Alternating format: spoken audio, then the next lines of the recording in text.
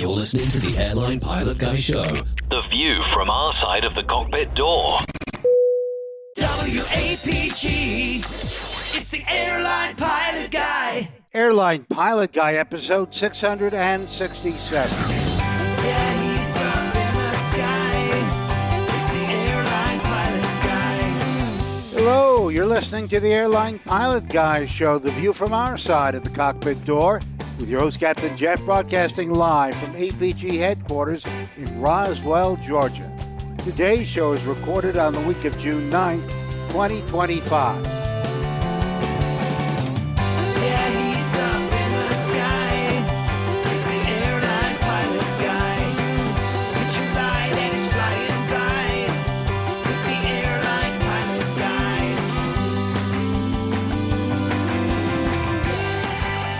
In today's episode, the NTSB weighs in on that engine fire aboard an American Airlines flight taxiing to a gate. And that TSA warns passengers that their Costco membership card will not get them past security. Also ahead, more news and your feedback. So get all settled in. Tray tables and seat backs in the upright and locked positions. Electronic devices powered on.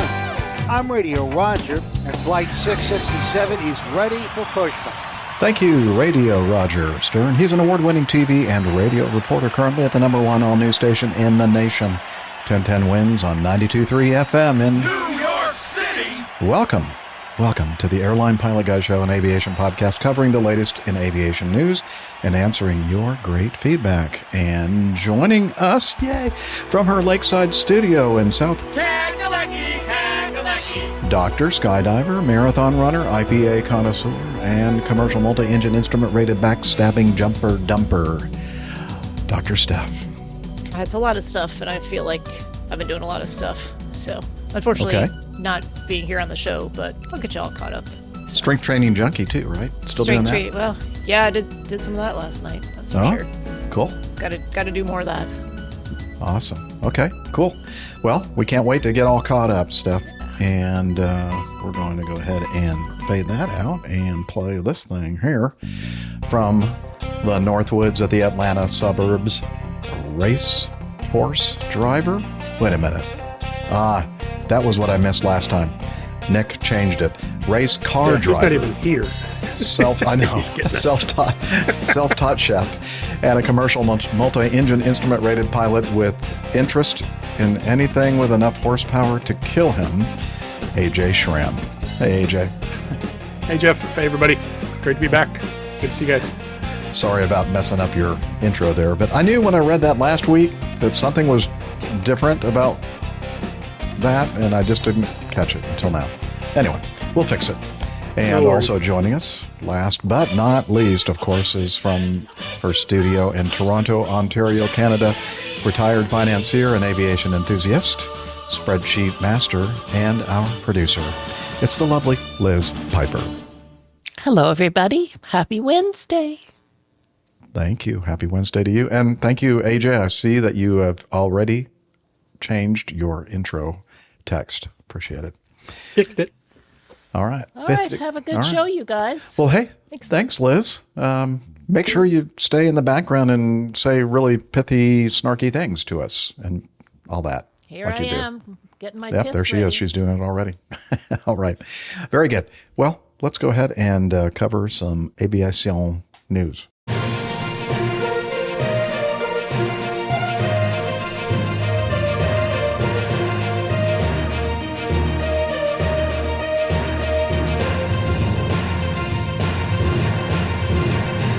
Stand by for news. All right, this first one is a video. We're going to start off with a video here. You'll hear the audio in the background for those of you not watching the video, and we'll have this linked in the show notes. But we'll talk about it. You'll kind of get an idea of what we're looking at here. And so this incident was captured live on the YouTube channel Big Jet TV on Sunday, the 8th of June, so just a few days ago. The person behind the camera can be heard saying, "What's going on here? Why would there be people running across the tarmac? What's this all about? That's not right." And so let's actually listen for ourselves. Let's listen to what he says. Out operating. Oh, what's he doing? What's going on here? Why would there be people running across the... What's this all about? That is not right. Mate, that geezer's running from someone. You think? They are chasing him. They're not running very fast now. No. I'm wondering if... Steffi there. Their running skills aren't great. Yeah, I'm wondering if they've been running for a Of while. the chasers. Get on the floor, son. Give yourself up. I don't think he can hear you, though, sir. The guy looks like he's pretty exhausted, so I'm thinking maybe before we saw him in the video that he's been running for a while. It's the slowest number foot one. chase I've ever seen. Cardio. I heard after the fact they were trying to deport him, and he escaped. Oh, they were trying to deport him. Okay. So, yeah, I'm thinking Mate, maybe... what is going on? Well, we're trying to talk. We're trying to do a podcast here, sir. That's what's going on. So we're looking at the ramp Mate, isn't there area. anyone fit enough to take him down? Okay. Mate, We they're agree gonna with that have to assessment. stop the operations, man. They're going to have to stop aircraft moving. He's running straight towards... The airplanes, and the runways, and the taxiways. Someone in a van. Here we go. There we go. Someone in a van. I was going to run him over. Coming in hot. Oh, yeah. That was pretty hot. Okay. Oh. No? Now it's getting exciting. I thought he was going to jump in like a, I think he finally. baggage cart or something. I got him. Yeah, he got finally him. just gave up. Thought, What the hell this was is that not. all about? This is not going anywhere. I like that they had to drive a van called Practical Car and Van Rental to get this guy. They didn't have any other That's what took so long. They had to go rent the van. Yeah, so I'm thinking when I saw this that he must have been like on a boarding, like a jet bridge or something, and then instead of going to the left to get on the airplane, he went to the right, went out the Down the stairs. door, Down the down the stairs. stairs. It's England. Don't they get on the other side of the plane? Oh, that's right. It's on the other side. No. That's a weird thing. I don't know. Maybe I'm the only one that has had this experience. But when I've been in England a few times, on the roads, everybody drives on the left side, right? I mean, correct? But when people are walking, you would think that everybody would walk to your left. But it seems like a majority of the time, everybody's walking just like they do here in the U.S. on the right side. Is that just me, or have you had the same experience, Dr. Steph? Or have you ever paid attention to it? My impression was that there weren't a whole lot of rules regarding that. There seemed to be some places where people walked more to the left and some places where they walked more to the right and some places where it seemed disorganized. My biggest takeaway is, if you have these rules of your road, but you have to actually make markings on the pavement where crosswalks occur so that people know which direction to look for cars, you're probably driving on the wrong side of the road in general. Get with the rest. It's too bad we don't have Captain Nick with us. He's not here, which is why I can say these things. He's not here to defend it at all. Yeah, exactly. So I'm just gonna say how I feel about it. Yeah, but I don't know. I mean, I really paid attention to this thing with the walking. Going like, why? I've paid is attention to everybody... it too, especially like by the in the parks and on the mall and pathways, and it just doesn't seem to. Well, I did ask Nick about this, and his answer was a definitive. I don't know.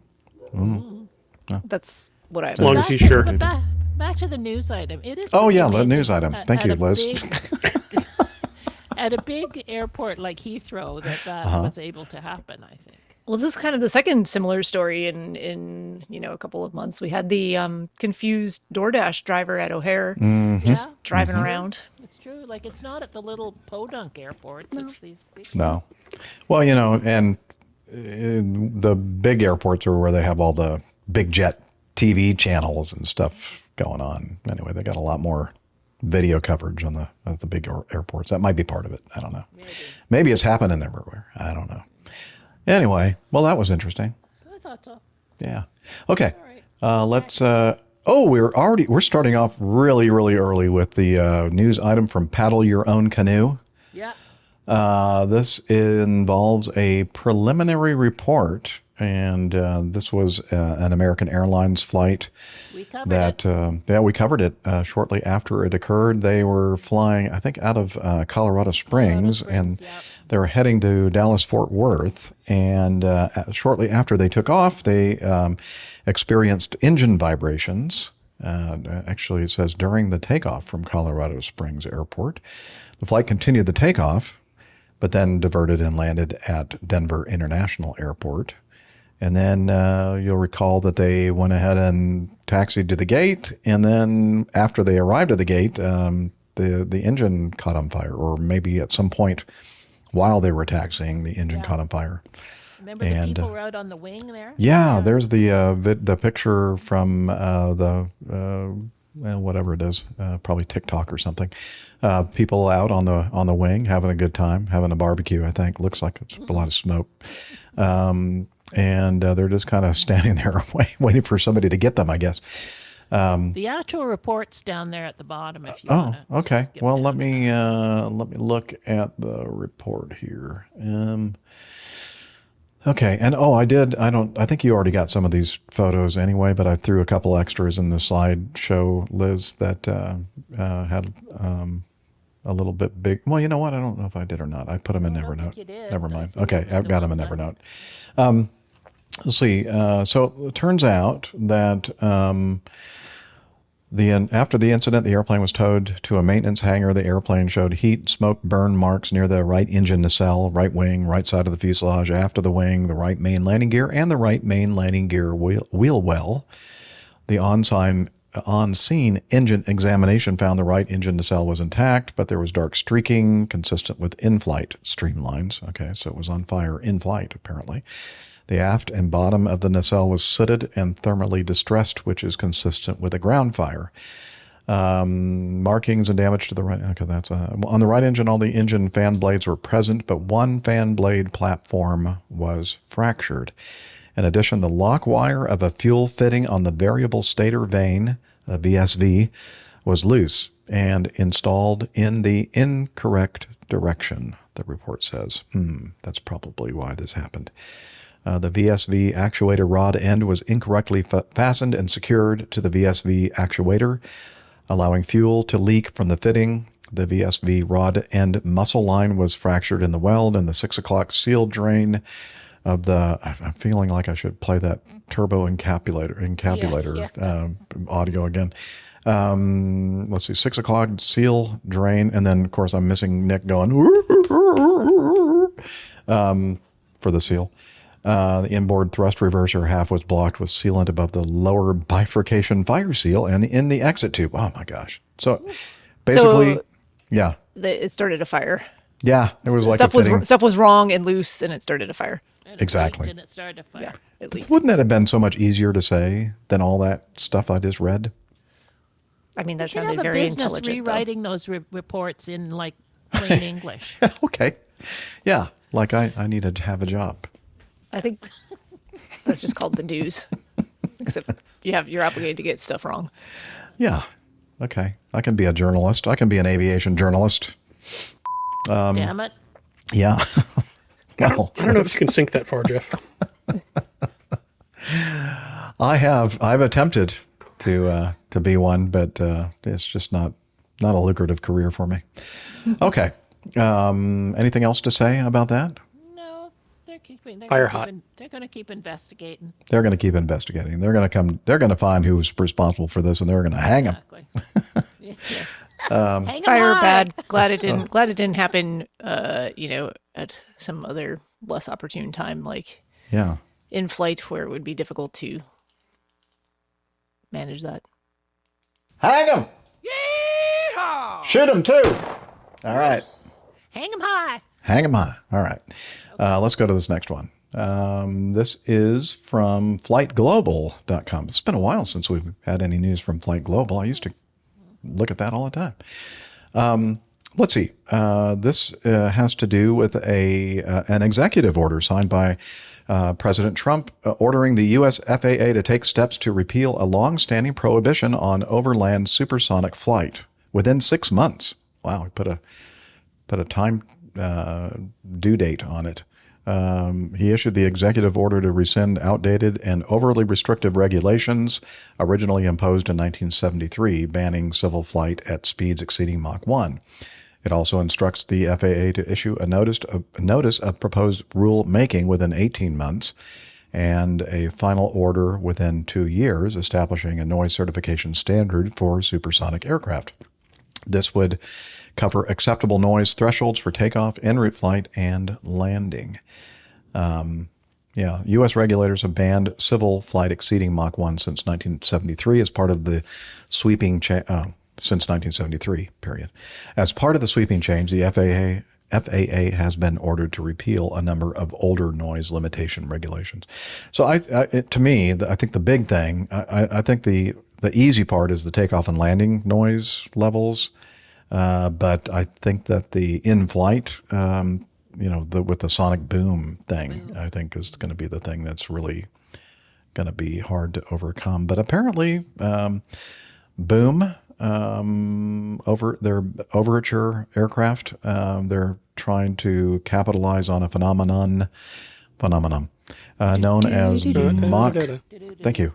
Mach cutoff, whereby the sonic boom at low transonic airspeeds is refracted by the atmospheric temperature gradient, limiting its impact at ground level. Woo, that sounds some fancy words in there. Physics. Turbo encapsulation there. I know. Sounds like somebody smarter than I am in physics has figured something.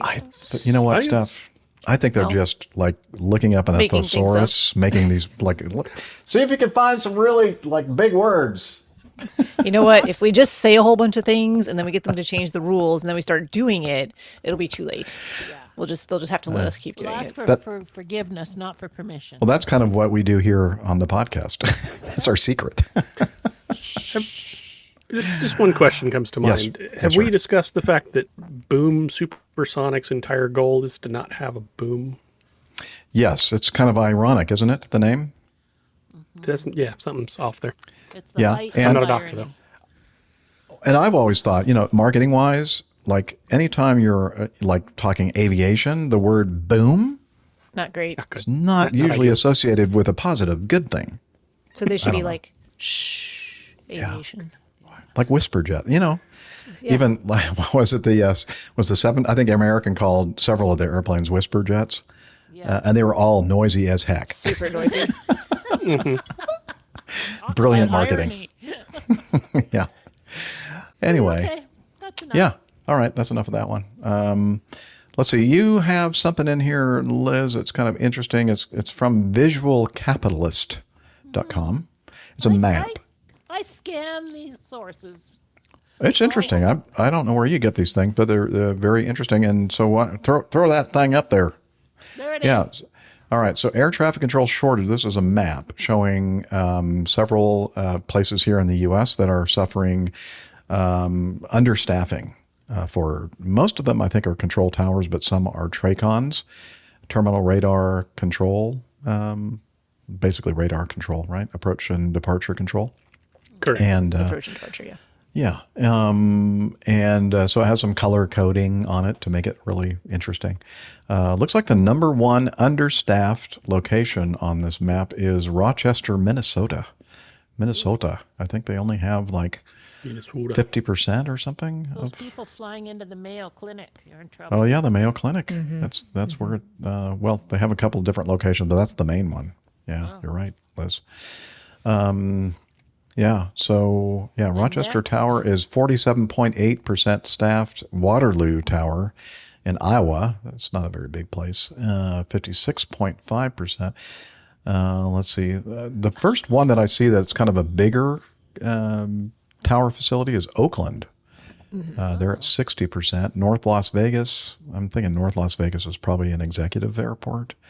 They're at 60. Scottsdale, that's another, more That's busy. GA and but I don't think that's Phoenix. That's not Phoenix International. No, I know, but it's still a busy airport, I think. Yeah, it probably is. Memphis, TRACON. No, that's a busy TRACON. All the purple jet, the FedEx operation going in. They're at 63.4. purple box. These are kind of scary numbers, I have to say. Yeah. Now Grand Canyon Tower, I'm not too concerned about that one. Traverse City. Is Grand Canyon Tower in the hole? Yeah. It's a really, really a big tall one. tower. It's a really big one. because you got to get it above the rim, you know. The I rim don't know. shot? I don't even want to.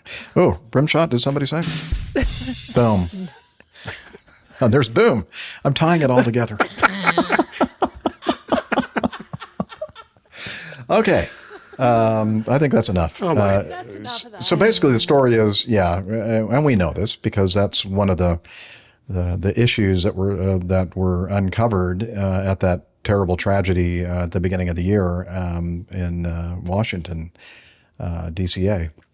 So, I'm hoping that I think the FAA is really working hard to try to resolve this shortage thing, but it's going to take a while to start getting fully staffed. I mean, you read a couple of places, but there are a lot of dots on that map, and all of the dots are anything less than, 85% staffed down. Yeah.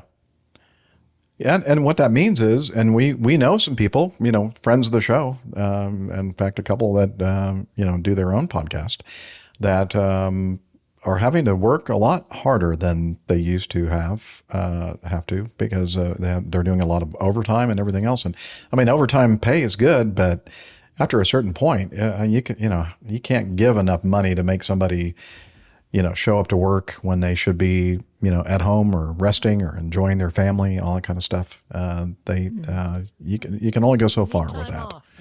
Need time off for sure. Okay, before you move on to these next ones that are for Steffi, you're talking about whisper jets. So MetroDoc clarified what the scoop was here. Oh, okay. MetroDoc in our live audience, our live chat, says Eastern were whisper jets, American were astrojets. And then Tim Van Ram clarified even further. Didn't they merge? Oh, and then of course they had the whisper ass jets. Okay, or whip ass. Okay. How many times can we say that word on this episode? Guess we're gonna. What's our rating for this? Challenge accepted. I guess I'm going to have to do an explicit tag on this thing. All right. Very, very funny. You should join these comedians and attend one of our live shows. I'm just wondering how many times the word jackass has been said on this show in the past. No, few we haven't said episodes. it yet, but that's the first one. Okay. There we go. Yep. There we go. So I think you're safe with Tim Van Ram. Yeah. Van Ram's offerings. Well, wait a minute. What else? I think that American also called them like luxury jets or something too, right? Luxury liner. Luxury liner. That's it. Yeah. Nothing to do with noise and everything to do with marketing. Okay, moving on. We're going to do this one from Calgary Herald, not the Aviation Herald. This is the Calgary Herald. They have their own Herald there. .com. And this is talking about a marathon. Wait a minute. I thought this was an aviation I promise I did podcast. not sneak this one in here. I did not submit this for I did. news. I think I know who did it. Yeah. So You can go down to the highlighted part. yeah, I'm going to do that. I'm getting some direction in my little ear hole here. Both of them actually. So this is a Calgary marathon. Sets a record for turnout plus a complete list of winners. I'm going to go ahead and start reading the list of. No, I'm not. I'm not going to read the list of winners. Hopefully, they're all like East African names that are super easy I hope to so. pronounce. And then it'll be. This year's event drew 17,250 participants, attracted about 50,000 people overall. Okay, including volunteers and spectators. So, okay, they're talking about how well or great this race went. And then we're going to scroll down to the highlighted portion of this article. Thank you, producer Liz. It says, also drawing attention. Oh, now we're going to tie it in with aviation. On the course was Air Canada pilot John Bird, who ran the half marathon in full uniform, complete with a rolling suitcase, to raise funds for Dreams Take Flight, Calgary, a charity that sends kids with medical or emotional challenges on a one-day trip of a lifetime to Disneyland. Very cool. And here's a quote from John Bird. I'm just a touch sweaty. he said after the race. Yeah, you think? I was thinking this is hard, but some of those kids have it a whole lot harder. That's for sure. That's a very nice thing that he's doing to raise money for this charity. He was also aiming to set a Guinness World Record for the fastest half marathon run in a pilot's uniform. I thought we could turn it into a good fundraiser, he said. It worked out fantastic. A longtime supporter of Calgary running community, he's run in the Calgary Marathon before, but never in uniform. He said it's a great race. They put on a fantastic event. I couldn't ask for better weather. He flies Boeing 787s on international routes. He ran the race towing a custom suitcase equipped with rollerblade wheels. I have news for them. That's our regular suitcase. It is. I know. That's our normal suitcase. It's not a custom one. Well, I guess you could call it a custom one. I think he put special wheels on it. Like No,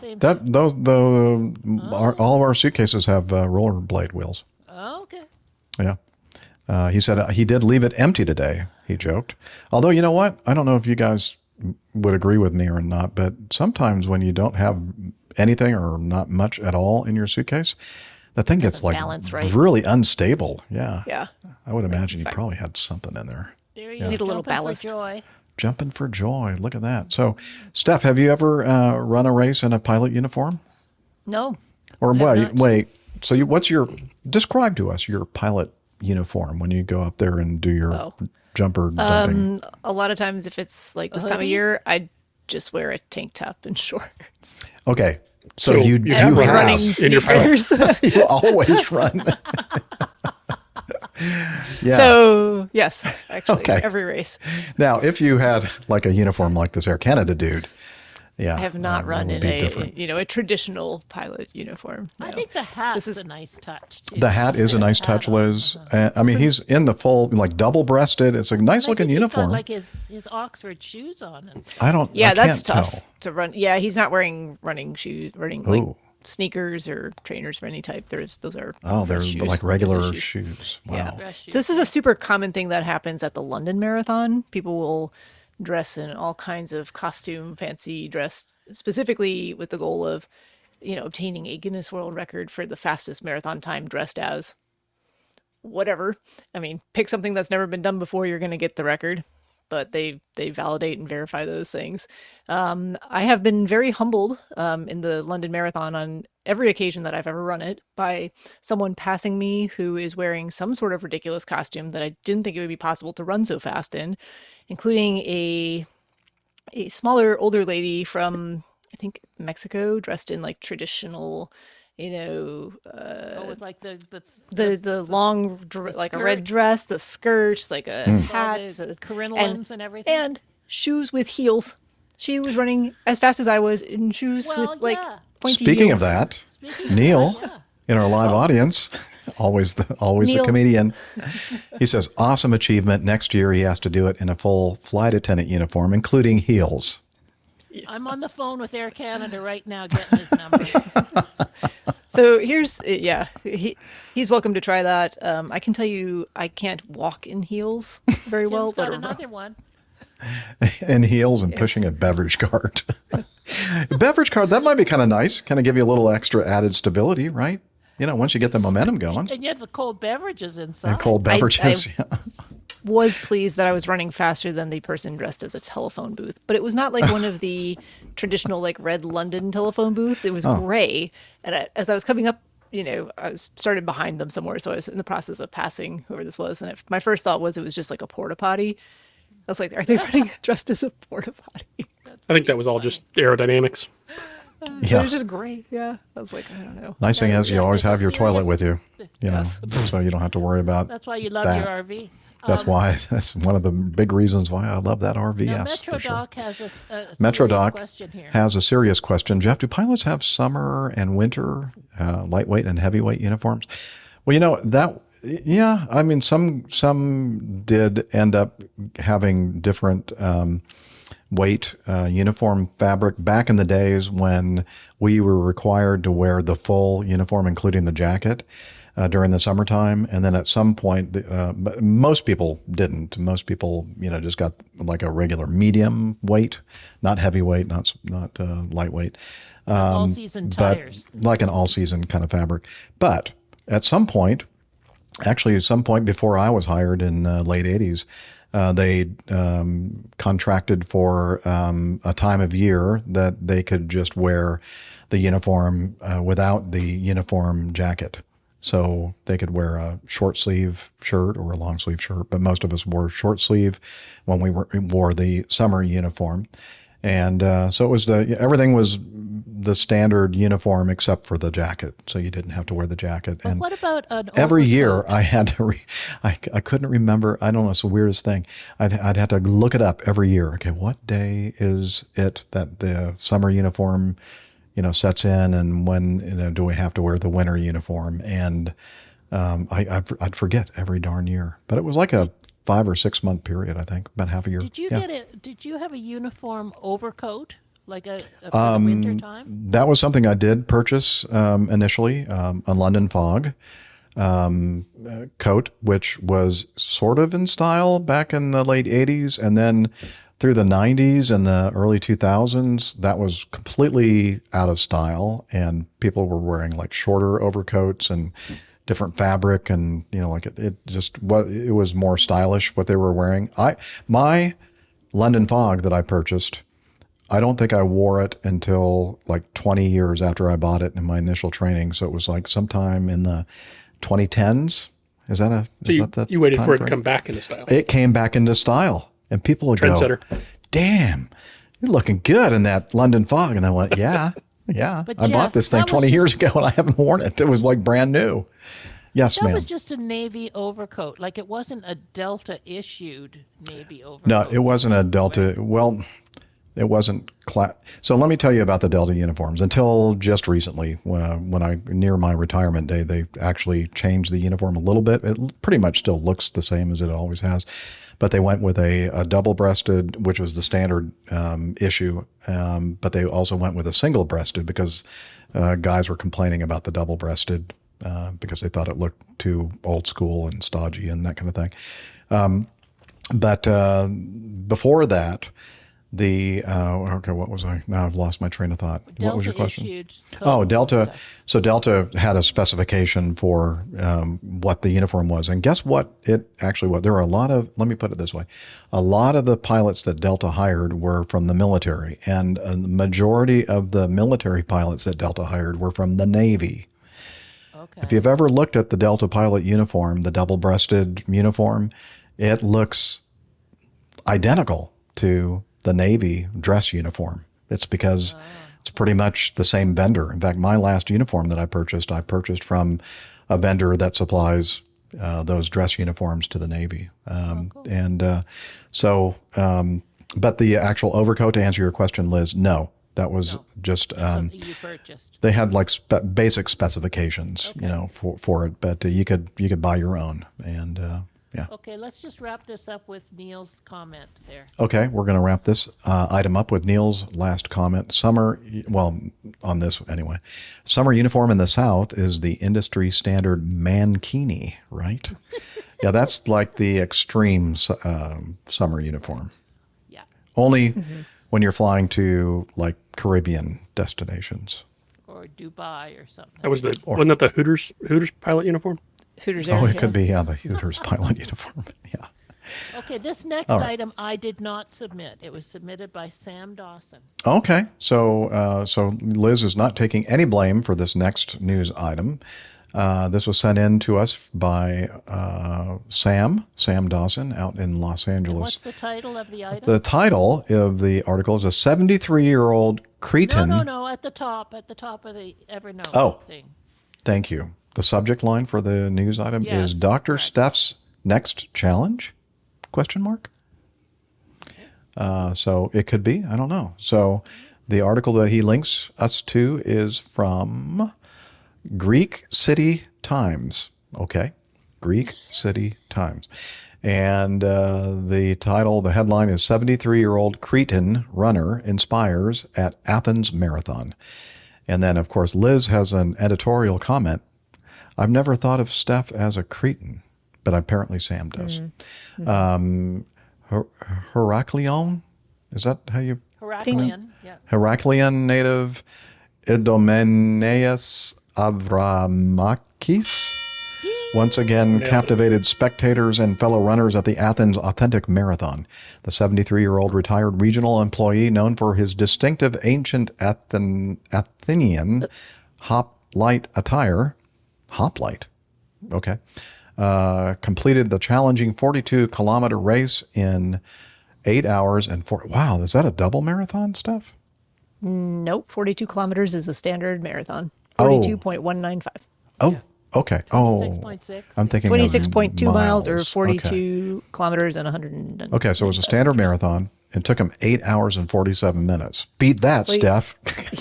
Well, but look at what he's wearing. His bare feet. He's running barefoot with this, Oh my gosh. ancient traditional breastplate. Breastplate. It appears to be it's probably made of metal. Maybe hoplite. Yeah, 8 hours is probably fantastic. And this guy And is a like 73 helmet? years old. And he was in a car accident like 30 months prior to this and had to have like a metal rod inserted in his femur to fix it. And he still trained and did this. So Wow. this guy wins. Like I don't need to compete with him, Sam. He's 73 years old. That guy looks great for 73, I think. He's a good-looking man. I might have to head over to Greece and look him up. Hey, I'm wondering... Now it's awkward. Yeah, it's very awkward. I didn't know it was going to go that direction. I thought he was going to talk about getting I'm just into training. kidding. I'm just kidding.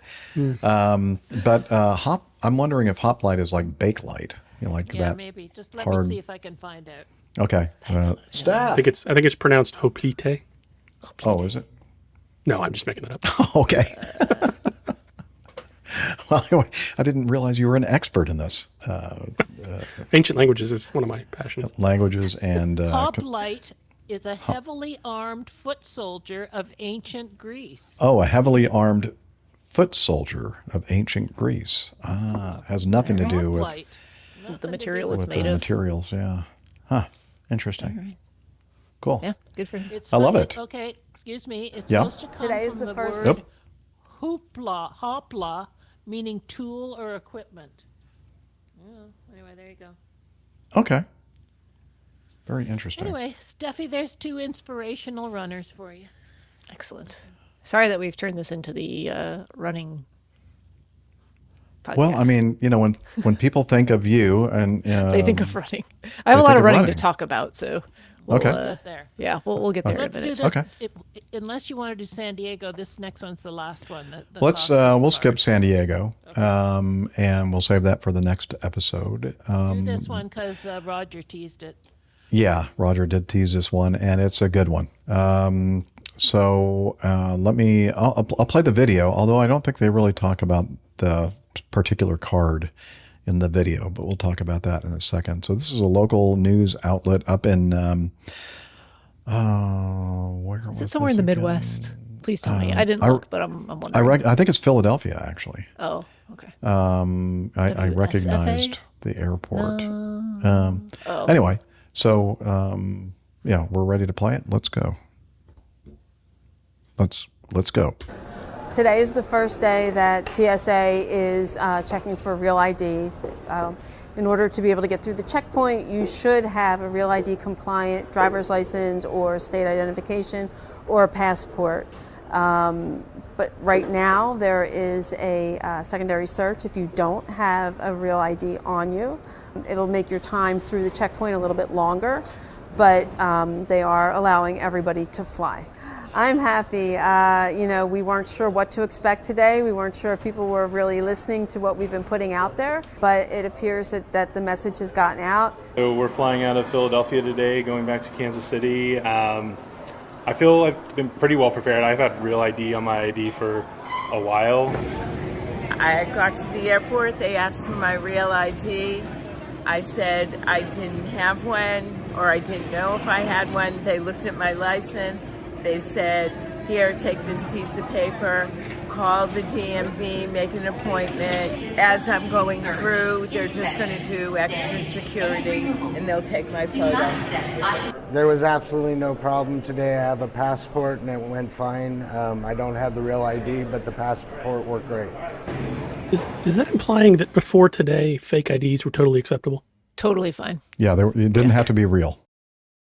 Yeah, I think so. But you know what? I think that real ID spec was first put out there like 20 years ago or something ridiculous. So they've been it's been out for a long time. For a long time to get these IDs. And, you know, I could see if this was your first time ever flying, or if you haven't flown maybe, you know, in 20 plus years, 15 years, I don't know. I feel like they in that video clip, they showed the sign of starting this date, you'll need your real ID. They've had those signs up at security checkpoints at airports in the United States for local domestic travelers for years now. And they keep pushing back the deadline to get one, to give more people time to do it, because it's kind of an onerous process in a lot of states where you have to go to the DMV and present a lot of different forms of identification. And it just, you know, maybe not the easiest thing to do, but passports.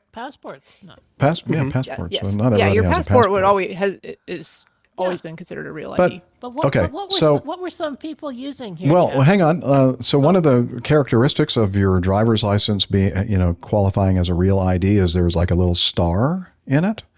And if you'll throw that up there, Liz, look at that. There's a card right there that has a gold star. It's a Costco wholesale card. I have one of those. And the TSA is putting out an announcement here. They're urging people to stop trying to use their Costco card as a sufficient real ID. So worked when I got pulled over the other day. Did it? You got you out? Did you get like? Did they give you like a bulk ticket issuance? Yeah. It was on discount. Yeah. Okay. Yeah, they gave you a bunch of them to last you for the rest of your life. The TSA is expressing frustrations with travelers who are not providing a proper real ID to fly. In a Facebook post Wednesday, the TSA made it known that a Costco membership card is not an acceptable identification. And the quote here is, "We love hot dogs and rotisserie chickens as much as the next person, but please stop telling people that their Costco card counts as a real ID, because it absolutely does not." It's like a scam thing that was going around. It's like, don't have a real ID? No worries. Got a Costco ID? You're fine. Here's Micah spreading some more misinformation. Main man Micah is spreading more misinformation. Although TSA won't accept Costco, the good news is that they will accept the Sam's Club card. And BJ Wholesale too, I think. What if you don't have the card, you have the app? Oh, I don't know. Is it a real app? It's the Sam's Club app. Oh, okay. I don't know. I'm actually shocked. There's at least 5 states that are not Real ID compliant. Michigan, Minnesota, New York, Vermont, and Washington as of 2025. Really? That boggles my mind. Yeah. Washington like you said, it's State? been like 20 years. Yeah, it's been in the works for a very long time. I mean, my real ID is going to expire in 2 years. That's how long I've had it for. George has had it for quite a long time, I think. I think I already had a Real ID expire and had to renew it. Yeah. The only reason mine hasn't is because South Carolina's licenses are good for a very long period of time. Whether that's a good or bad thing, I'm not sure. But yeah. Depends on your perspective, I think. Yeah. Yeah. Okay. Let's get to know us. Here we go.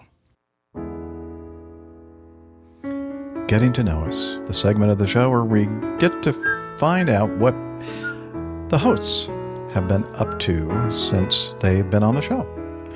And we also get to hear Liz whistling the Getting to Know Us sound bumper. Some of us have that privilege. Yeah. Yeah, thank you. I'm going to suggest that someone else go first because of these running things we've been talking about. I'm going to grab a few things that I will show when we get to me. All right, visual aids? Visual aids, yes. I have all right, so AJ, are you prepared for telling us what you have been up to since, let's see, you were with us last week, weren't you? Or no, you weren't. Nope, 2 weeks. weeks. Been a couple weeks. Okay. Yeah. I was not allowed on the Number of the Beast for obvious reasons. Yeah, well, I mean, it was just too obvious, really. It's too on the nose. Yeah. Not a whole lot of flying. Got a flight plan for tomorrow. Got to go take an airplane down to get a windshield put in again. But I do have some news on the job front. Got that's hired by a defense contractor that's picked up a contract for ATC training. And I'll be working as a remote pilot operator for them, basically being a ghost pilot in their simulations. So it's in the works. Have to go through a security clearance vetting process, which Security clearance. takes 2 months. Turn off the applause, Jeff. Please. Okay, turn the applause off. Security clearance, yeah. Sounds pretty dicey. Probably not. So yeah, it's doubtful. So sometime in the next 6 to 8 weeks, I will find out if I actually have a job. Wow. So that's the current story. Pretty in-depth background checking process they have. Multiple, actually, because they do one in-house, and then the FAA has to do their own. Wow. Which I was surprised by slightly. So you act like you're a pilot that is being controlled by students? Correct. Yeah. Essentially, I'm a participant in their simulation.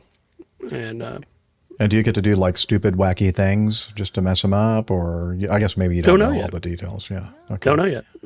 Interesting. Well, I can't wait to hear. About what I more than likely will, whether I'm allowed to or not.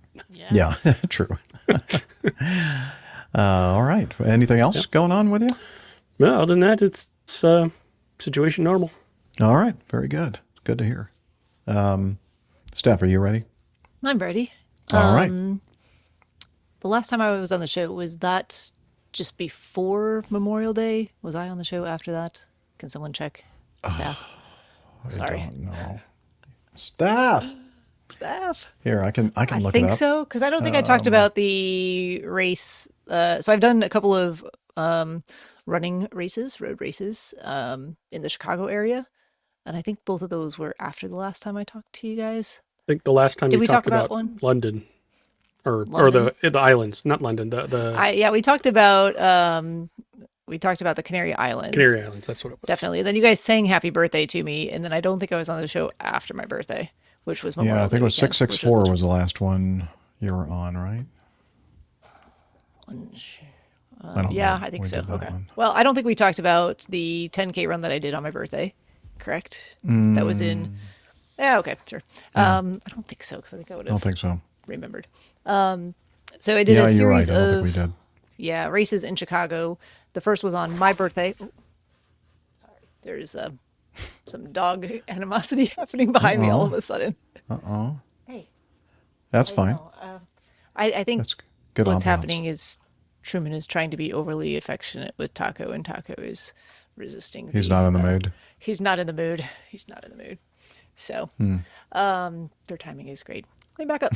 So. I did a couple of races in the Chicago area, one on my birthday and then one on my brother's birthday. So my birthday is May 24th and my brother Joe's birthday is on June 1st, like 8 days apart. Most of this was his idea to sign up for a bunch of races this year for us to run together. We've already done one and we've got a couple more coming up. So it's been super fun just doing all of that with him this year. So we did a 10K on May 24th at Soldier Field. It's called the Soldier Field 10. They also have a 10 miler. Pretty cool because the finish of the race is in Soldier Field, like on the field you run in, and really great running weather in Chicago the past couple of weekends. It was cool, like unseasonably cool. I think both mornings it was like upper 40s, low 50s at the start of the race. So kind of on the chilly side for this time of year.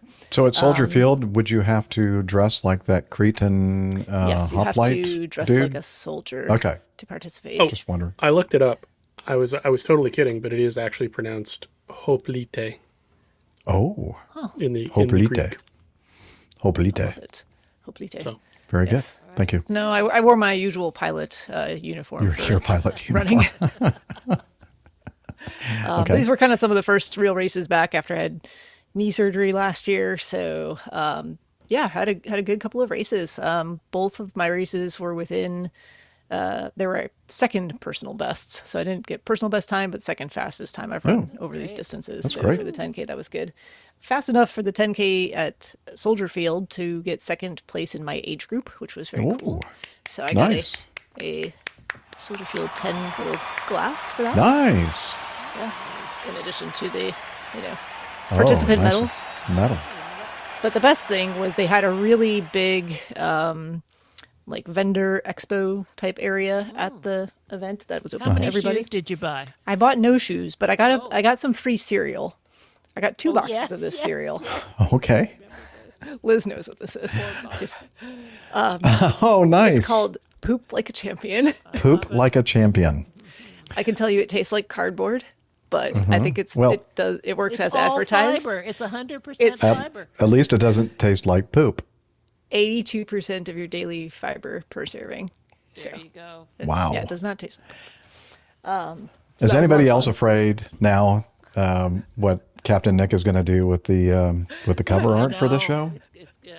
Let's don't tell him about this Poop Like a Champion. I already texted him, sorry. I think the title's going to be Poop Like a Podcaster. Poop Like a Podcaster.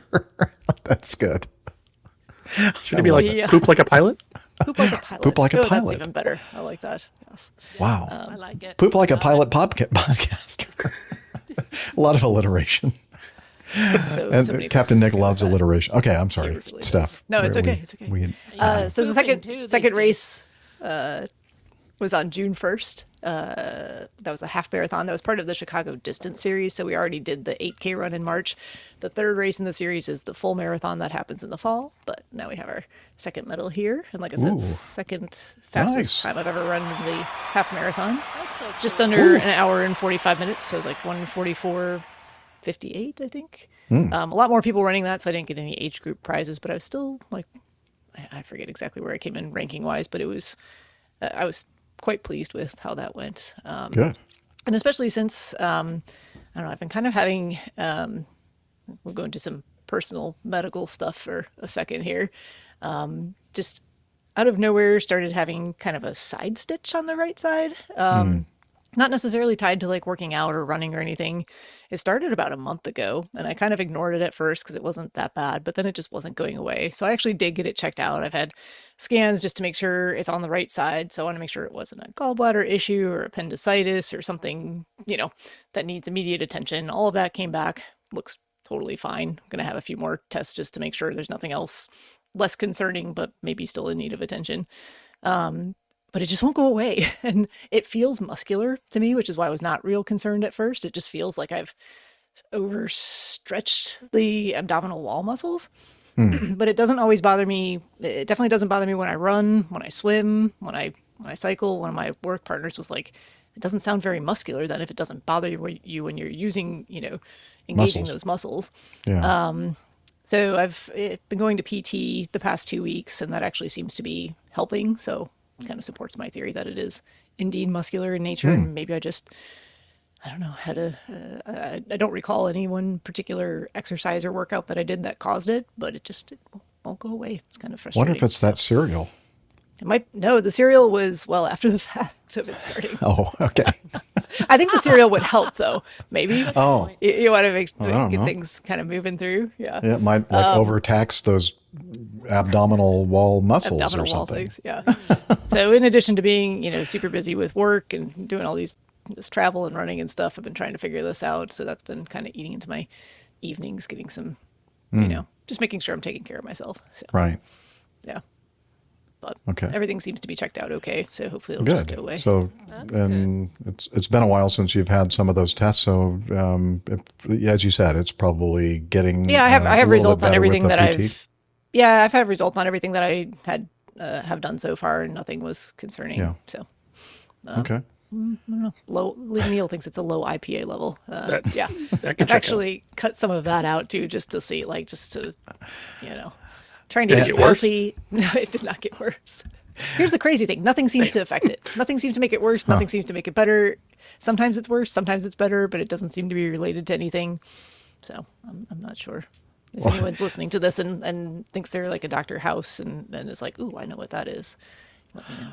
Main man Micah says, it reminds me of the Saturday Night Live routine. The cereal there was called Colon Blow. Colon Blow. I remember that one. Phil Hartman. Phil Hartman. Oh, Yes, yeah, that was Phil Hartman. Yeah. My other favorite SNL cereal commercial was John Belushi, where he was parodying having won like the decathlon at the Olympics back in the early 80s, and like Bruce Jenner. Right, like Bruce Jenner, yeah. And instead of a Wheaties box, his breakfast of cereal of choice was little chocolate donuts. I love it. I love it. No, that's a cereal I could Captain Al really would love. endorse that. Oh, absolutely. Yeah. Okay. So yeah, that's what's going on with me. A whole bunch of stuff, and there's a whole bunch of other things too. But those other things are not time sensitive. We can talk about them next time around, perhaps. Okay.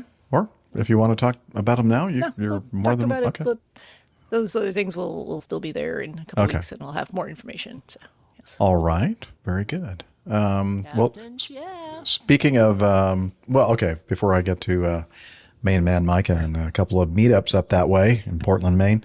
Last show I talked about I was going to take delivery of my handmade espresso machine from Florence, Italy.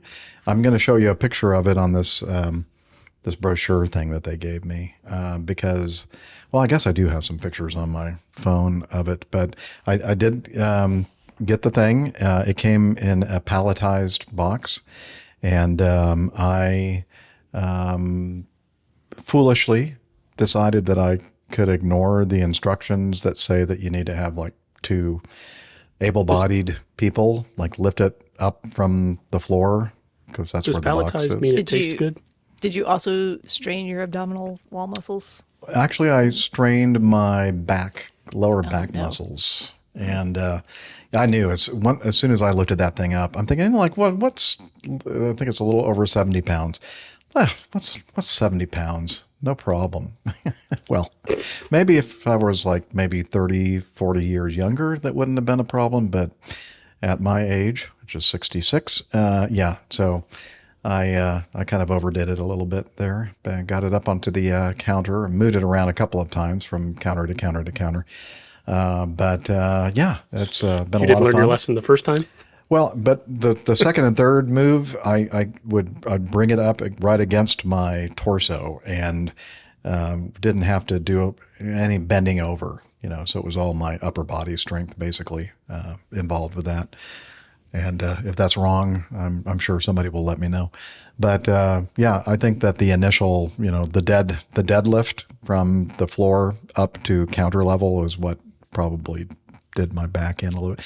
Actually, I thought it was going to be a lot worse. It was just a little bit of soreness the next day, getting out of bed and everything else. It's getting better every day. So it's been about a week, But you took lots of doses of espresso. Oh, I did. The medicine was espresso shots that I've been making and trying to, you have to dial them in, because the grind size and depends on the beans and the grind size and so much involved in this. Is very geeky. For those of you out there who are coffee geeks, you'll understand. It's been great tasting. Like it has been amazing, Liz. I found a company that is in North Carolina, but they import, I guess, on a trip to Italy, and they're like big espresso coffee geeks. They found a, I think, what's the town that starts at Naples? They found a small coffee roaster in Naples that does an amazing job with their coffee roasting, and he entered in some kind of a deal with them, and he gets their roasted coffee beans shipped by air, not in a boat that takes a long time to get across. So it's shipped by air over to North Carolina from Naples. And I saw a bunch of people like saying how great it was, and I'm thinking, oh, okay, I'll have to try that out. So I love it. It's kind of a medium roast, and it uses both Arabica and Robusta beans. And the one blend that I've been using and really trying to dial in is the one that it's mostly, well, not mostly, it's like 40% Robusta. Robusta beans are the ones that have like an amazing amount of caffeine in them. And the reason most of your fine coffees are made up of Arabica beans, but they're smaller beans. They don't have as much caffeine. They're grown in higher elevations and all that kind of stuff. The Robusta is like the old Folgers, that's all they used back then. It's like very cheap. They're grown, not in high elevations, but it's just, and they're obviously more robust. The beans, that's why they call them Robusta. So they had to have a lot more caffeine in them because they're grown at lower altitudes where insects are definitely more of a problem. So their self-defense mechanism is caffeine. So, man, it has a lot of caffeine. Anyway, so I've been having fun trying to, master as best I can the shots of espresso and lattes. I still haven't gotten anywhere near mastering latte art. I told it's like when you go to the... Yeah, well, I can't even do a regular like heart or anything else, Les. So I got a long way to go. But you know what? It tastes the same. So I don't really care that much. Tim Van Ram is wrapping this whole thing all together. Tim Van Ram is wrapping the whole thing together. Espresso machine will for sure help you poop like a champion. Yeah, absolutely. Coffee is good. That's one of those things that a lot of people don't realize, that coffee is full of fiber. And you wouldn't, when most people think of fiber, they think of like salad and broccoli and like the big cereal that resembles cardboard. And cereal that resembles and tastes like cardboard. But coffee has, what do they call that? Microfiber, I think. Something like that, or soluble fiber or whatever. But it's like you wouldn't even think about the fact that it is just loaded with fiber, but it has a lot of it. And it turns out that that's one of the good, health benefits of coffee, is the fact that it has a lot of fiber in it. And of course, caffeine is good too. Those towels I use are made of coffee? The towels that you have? The microfiber towels? Yeah, but I wouldn't be eating those. Just a little bit of advice. It might be a little bit too wasn't working anyway. Much. Yeah, I'd call that macrofiber, maybe, even though I know they call it micro. Right on the same Neil Landwarn says, we expect a chocolate APG latte logo by next week. Oh. All right, well, get on that then, Neil. We'll be looking for that. Thank you. Because it's not going to come from me.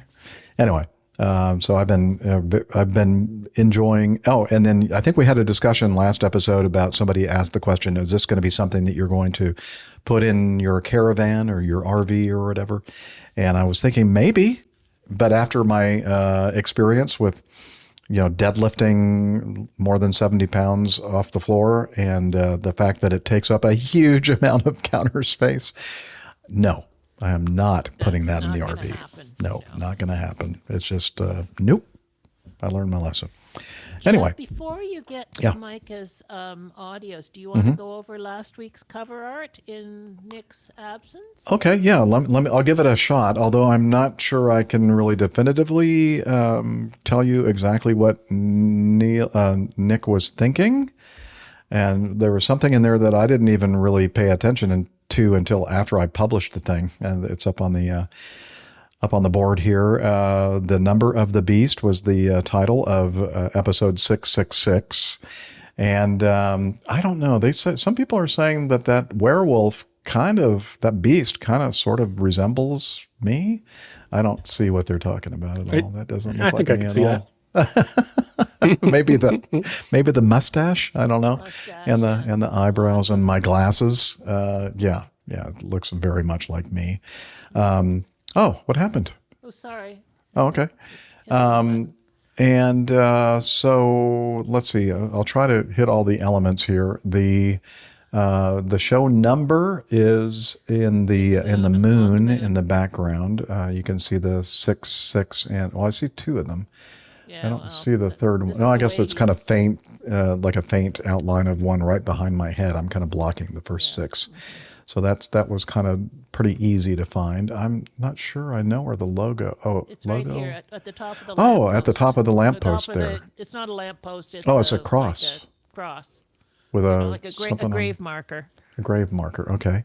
And then it was really easy, I thought, to pick out the jackass. And I'm not talking about me. I'm talking about the penguin, the jackass penguin in the background, the silhouette there. It looks very much like one of the grave markers in the background. And so that was pretty clever. And then let's see. And then if you'll go to the big view again, the thing that after I published it, somebody made a comment about, Rick, his name being on that tombstone. What? Oh, yeah, look at that. So I can't really answer exactly what Nick was trying to say there with Rick on the headstone or the tombstone. So we're going to have to wait till next episode when Nick's back and he can explain himself on that. He won't remember by then. He won't remember? Well, we'll remind him. But Rick is still with us on this earth as far as we know. In fact, I just had a little communication with him the other day.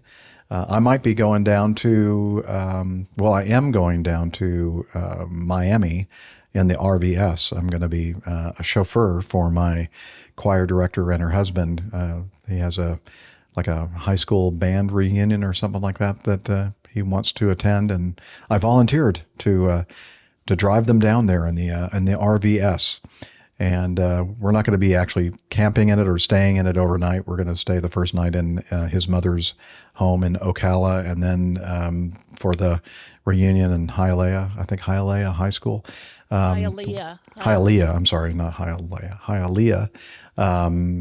We'll stay in a regular hotel, and so they're going to have fun. So I'm thinking, while they're at the reunion thing, I might be able to, if Rick is in town, because he's living down there in Miami, we might be able to get together.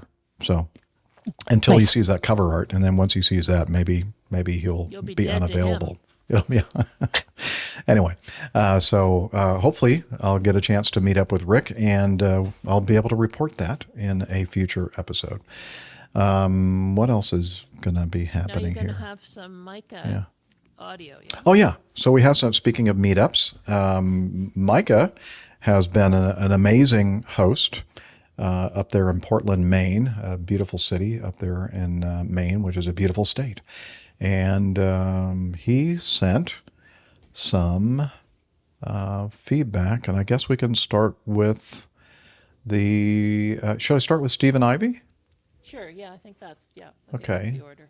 I think that was the first, chronologically, the first meetup that Micah sent me, and so let's have a listen.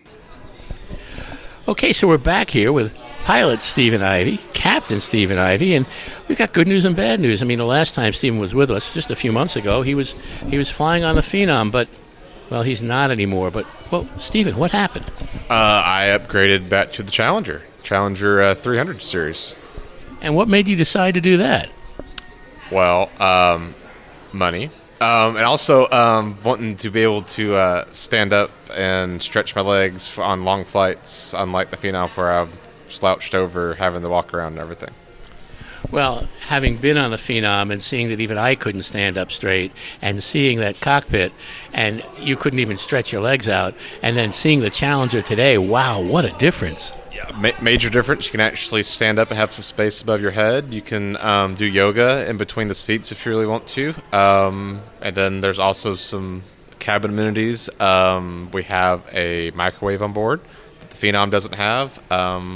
Have Keurig coffee maker if that's your cup of tea. And then we actually have a sink by our toilet in the back. And you can also access the baggage compartment. What a great combination. But what was it like switching over? I mean, what did you have to go through because you flew it before, then you went to the Phenom, and now you're back at it. What was it like going back and forth? What did you have to relearn? So they send you to a longer current, which is just a company ground school where you just general company stuff that you have to do anyway. And then you've got 2 days of ground on the aircraft, systems, general knowledge of it. They basically PowerPoint slides you go through, just refresh your memory. And then you do 2 sims where you just practice for the check ride, and then, of course, refreshing your knowledge on stuff, and then you just do the check ride. After that, you go out with a check airman for about a week and just get signed off on various things for the plane itself. Basically, you're doing your initial IOE on it. But also, for me, it was also my annual line check because I was due for one anyways, just on the Challenger versus the Phenom, which is a variety of things we do here just to check your knowledge on things and make sure you're competent and following the rules and everything. And then after that, they blessed me to go be a captain on the Challenger again. Now, when you were switching over, because you flew it before, and now you're flying it again, and you were flying the Phenom in between, did you have to actively forget and remember anything? So we essentially brain dumped most of my Phenom knowledge. I still have a good bit, but like stuff like memory items and things that I was required to know about the Phenom, I just basically emptied it out so I could make space for all the Challenger stuff, because there's a lot more. Bigger airplane, more system, so more knowledge you got to have there. And then as far as the different FMS, Phenom's a Garmin-based system, Challengers, Honeywell, Collins. So learning to speak Collins again instead of Garmin, and then also understanding certain buttons to push to activate approaches versus the Phenom, that was different. And then just general remembering that Challenger is also a larger aircraft, so planning descents further in advance, slowing down, things like that. So, is there anything that you wish you still had from the Phenom? Anything that you regret about losing? Anything about the Phenom that you really like that you don't have? This is just a very minor thing. XM Nextrad weather on the screen. Challenger has an onboard weather radar, which works great. You just turn it on. It's got an auto tilt on it. It'll find the weather for you. You don't have to sit there and adjust it on your own. It'll pick it out on its own. But you don't have like a moving map radar where you can basically kind of have an idea of where you're at. You've got to paint it on the onboard radar, versus with the Phenom, you've got the onboard radar plus Nextrad, so you can kind of see where you want to go before you're actually there. So if ATC tells you, oh, well, we got a hole over here, you can actually verify that it's a hole and not a sucker hole and get caught up into something. But really, that's really the only thing I miss from the Phenom.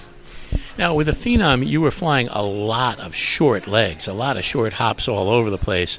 What's it like flying the Challenger? It's got a much better range. It does have a lot better range. We still do short hops on it, but, it's more meant for doing transcons, longer flights like that. I primarily have done, the longest flight I've done since I've been back was actually yesterday. Did a transcon from Portland to Cape Cod. That was right at 5.5 hours, but it's got endurance. Let's just point out, that's the west coast of Portland and Oregon, not Portland, Maine, where you are now. Yes, I'm sorry, Portland, Oregon.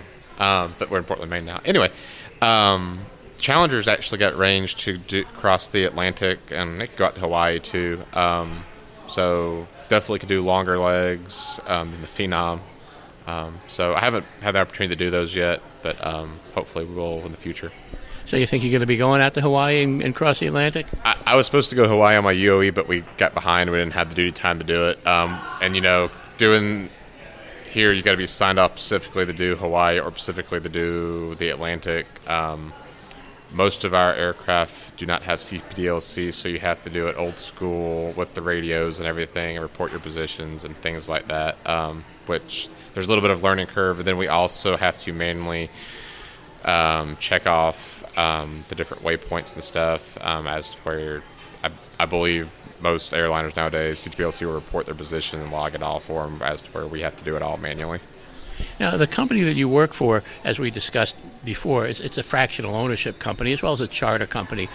What's your clientele like? Has it changed at all from the Phenom to the Challenger? So, the older Challengers we have do more one-off charters, and they're kind of like our Phenom clientele. And then our actual owners on the Challengers, they're a little bit more, their level of service requirements a little bit higher. They'd expect a little bit more from you and everything, as far as making sure the cabin's clean, having their catering on board and everything, the microwaves working, coffee pots working, things like that. And then also we carry bedding occasionally for them, because we can change the seats into a lay flat bed and stuff like that. So the level of service is a little bit higher. They expect, a better quality ride essentially than they would on the Phenom, and their expectations are just higher. And are they treating you any differently as pilot in command or as first officer? It's always different. It doesn't matter if they're a Challenger owner, a Phenom owner, a Gulfstream owner, whatever. You never know what you're going to get when you show up. Well, it sounds like fun, and this was so great that got a text from you last night. Going to be in Portland, and sure enough, here you are. I'm starting to notice the theme. The last 2 times I've been here, I've essentially been stuck. One was for maintenance. That today was for flying too much the day before. Had to have a longer rest. So this is becoming a trend. Yeah, that's true, because when you texted me last night, you said, I'm going to be in. What are you doing for lunch tomorrow? I said, well, if you're in town, I'm going to lunch with you. I said, we're leaving at 4:30. That's great. And then we're waiting to get into our restaurant, Becky's Diner, which was super again. And you got a text saying you're not going home today. No, we were supposed to go somewhere else. And then I guess we have a restriction. We can only fly 10 hours within a 24-hour period. And we met that requirement today when we came up from where we were bringing the people up from today. So they said we had to have some rest, so we have to go to our next destination tomorrow instead of tonight. Well, I'm sorry you're stuck here, but I'm happy for me because it means we get to go to dinner. Yeah, we're going to go to dinner. We don't know where we're going yet, but we are going to go eat some food. Well, if you don't know where you're going, you'll probably end up someplace else, so let's get there together. Stephen, thanks so much for joining us again. All right, thanks, Micah. All right, very good. Good to hear from Stephen and Micah. And where did you end up going to dinner, Micah? He's in our live audience right now, so we'll wait for about 30 seconds to get that answer. But we're not going to. There was lobster involved. Lobsters must be involved, I think. It's or seafood or something. State ordinance, isn't it? Yeah, if you're going to go out to dinner in Maine, you have to eat lobster. It's just. Yeah. Don't you know this is probably when Micah stepped away? Yeah, he probably probably put stepped himself away. To sleep. Oh, we went to the Mexican restaurant that you and I have been to before, Jeff. Oh, no, very nice. Lobster is a weird menu item at a Mexican restaurant. But, I've seen it at tacos? Mexican Lobster restaurants. tacos? Yeah, it was lobster for lunch at lobster Becky's for lunch. Diner. There so we go. they got that covered then. They checked that one Gotcha. off.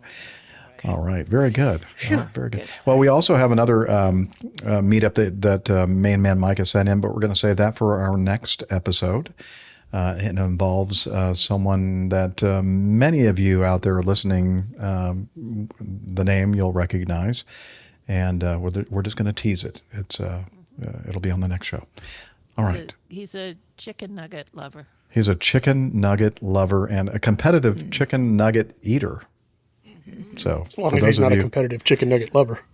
I don't know about that, but I'm not sure I want to know. If that's the case, just... Okay, I'm not really sure where to go there. Thank you, though, for that. And coffee fun time. Yay. Johnny, how much more coffee? No thanks. I love coffee. I love tea. I love the APG community. Coffee and tea and the Java and me. A cup, a cup, a cup, a cup, a cup. Oh, yeah. The Coffee Fund. It's your way, if you'd like to support us financially, it's your way to do that. You can join the Coffee Bar Club by heading to our website, airlinepilotguy.com, and then putting that / in and then typing out coffee. And a couple of different ways that you can do that. Not the typing out part, but the participating in the Coffee Bar Club. And one is the Coffee Fund Classic Method. And Dr. Mazuz Kareem came in again. Thank you very much. He does every month, gives us a nice, generous donation. We love him dearly. So thank you, Doctor. And then we also have a thing called Patreon. You can become a patron of the show at Patreon. And we have a new producer, Mary Kay. Does she sell cosmetics? Yeah, she drives around in a pink car, I think. Yeah. But anyway, I don't think there's any connection there with the Mary Kay Cosmetics. So thank you, Mary Kay, for becoming a producer of the show. We do appreciate it. And so if you're interested in joining this great group of people, head over to airlinepilotguy.com/coffee. You'll be glad you did. We will too.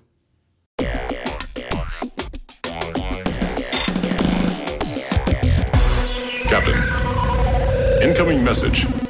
All right, our first piece of feedback was sent in to us from Texas Anla'Shok, and we've had it actually for quite a while. And so we're finally getting to it. You're wondering, I'm sure, Texas, if we're just ignoring you or something, but we weren't. We were just overwhelmed with a lot of other feedback.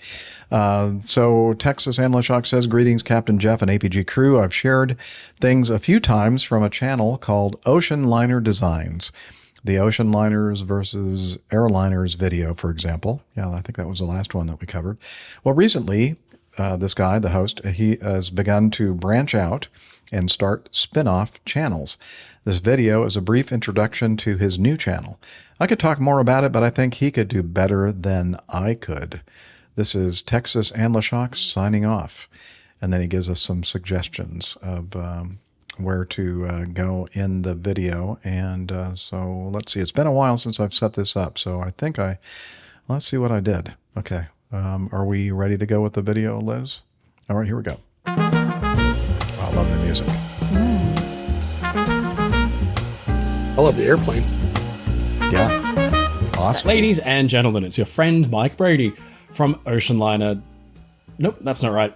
Airliner Designs. Welcome to our nice, shiny new channel. Now, probably many of you would know me from the other main channel, which we run, Ocean Liner Designs. It's been running for about 4 years now, but it's been a badly kept secret that one of my other passions in life is history of aviation. I'm obsessed with aeroplanes. I've been since I was very young. And I thought today would be a good opportunity to welcome all of you to the channel. We've got 25,000 subscribers now, but we started out a week ago with 11,000 of you who've been patiently waiting since the end of 2023 for this channel to launch. But we finally got there. And I just wanted to tell you a little bit about what we're trying to do with the channel, why I'm here, who I am, who's behind the channel, and some of the exciting things that you have to look forward to. So let's get started. So first of all, who am I? My name is Mike Brady. I am a researcher, a presenter, and a producer, and my background is in industrial design. And the main focus of the design degree was all around how things work. It's always been, like key to, what I find fascinating. I love learning about machines and pieces of history. And so it was really cool to be able to do that at university and, get a degree out of it. And so the YouTube thing kind of happened by mistake because it was during coronavirus that I started a channel to talk about some of the illustrations I'd been doing. Key to industrial design is illustration work. Industrial design is all about, designing products and cars, anything that you really make. You come up with the concept of it and how it's going to look, and then you hand it over to an engineer to do all the, heavy duty mathematics behind it, which is definitely not my thing. So anyway, the main channel, Ocean Liner Design, started at the end of 2021. And it's been running for a long time, and the focus has been, ships, ocean liners, the Titanic. The Titanic was something I was obsessed with when I was, 5 years old and up.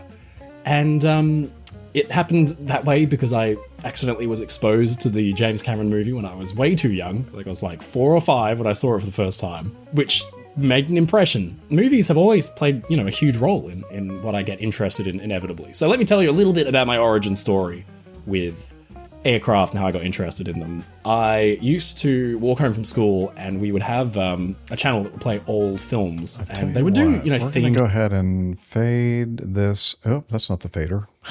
That's the... Never mind. That's the playhead that I've grabbed onto. So let's see. What would be the best way to do this? Anything like that. We're going to hear him again. And then I'm going to find that. There we go. There's the fader. Okay. So that's a little teaser. He tells you a little bit more about how he came up with the idea to do the Airliner Designs YouTube channel. And obviously very high quality. You can tell by the audio if you're listening to the audio only podcast. Looking at the video that is going to be linked in the show notes, you'll see that it's a very highly produced, very, very well produced video that he does. And and the subjects are fascinating, and especially now since he's talking about airliners, not just ocean liners, which I think is pretty cool, ocean liners. But yeah, definitely the aviation thing. Pardon me? Thank you to Texas Anla'Shok. Yes, thank you, Texas Anla'Shok, for sending that in and adding yet another subscription to my very, very, very long list of YouTube subscriptions. So very much appreciated. So again, we'll have the information about his new YouTube channel and his old one in our show notes. Okay, let's continue on with Ant, another prominent member of our APG community, Ant Pruitt, who is a professional photographer. Well, he is a professional photographer. He's also a professional podcaster. And he sends us this question. Hey there, APG crew. Hope all of you are doing well. Recently, I was driving through northern Oregon and it's farmland. On this particular day, we spotted several crop dusters. No, not that crop duster, Captain Nick. I'm not sure. Is that some kind of a allusion to something sexual? No. Are you not familiar with the term crop dusting? No. Oh. AJ, do you want to explain what that is? No, please. I would like you to go ahead. It's a medical diagnosis. It is a medical diagnosis. So you've eaten quite a lot of your poop like a champion cereal. Yeah. And, you don't need to use the bathroom yet per se, but things are starting to get going. And unfortunately, you have to, kind of just walk past a large group of people. You'll kind of try to let, some of the gaseous buildup escape kind of slowly, as you pass through that area. And that's considered crop dusting? That's considered crop dusting. You try to do it, without letting people onto the, onto what you're doing. Who is the crop duster pilot? They don't know. Okay. Yes, exactly. Okay. Well, thank you very much for that. I had no idea. So thank you for enlightening me. Now I feel like I'm whole. And that's not the whole I'm talking about. Okay, while making my drive, that deserves something like that. There. So getting back to Ant's feedback, while making my drive, I wondered who was piloting these things. Then I wondered if this is something that a retired airline pilot could do, or would they? If so, is there a different certification the pilot would need, or would he or she already be considered qualified? Anyway, hope you're all doing well. Thanks for all of the aviation information you present to us regular, everyday people, even if 100% of the time it's half correct. Yes, that is absolutely right. Love you all. Do something good for yourself. Do something good for someone else. Know that it's okay to love you some you. All right. Again, that's from Ant Pruitt. And so I'm not sure I know what kind of certification is required to fly some of those crop dusting airplanes. Do any of them require like some sort of a typewriter? I know you'd want to get checked out. Typically no, you're going to go through, and it sounds like AJ probably has some information on this. But in terms of the aircraft, usually single engine aircraft tail wheels, some of them are turbine. So, having enough experience and qualification to do that. More of crop duster flying comes down to the type of flying that it is. It's very challenging, demanding work. You're basically a lot of time. My experience with folks who have done crop dusting work has been in kind of flat farmland areas. I don't know how that compares to these other areas of the country where maybe the terrain is different, but it involves getting very low to the ground. You don't want to be high off the deck at all, because you're going to be spraying these chemicals over these crops, and you don't want to be spreading them over a large area. And there's a lot of rules and restrictions related to that. I do know that in the state of North Carolina, there's agricultural and also hazardous materials, I believe, testing and certification that has to be obtained before you can become a crop duster. But the flying skills are flying skills. They're just very demanding ones, tight spaces, a lot of obstacle avoidance, making sure that you're flying the prescribed grid, spraying the correct fields.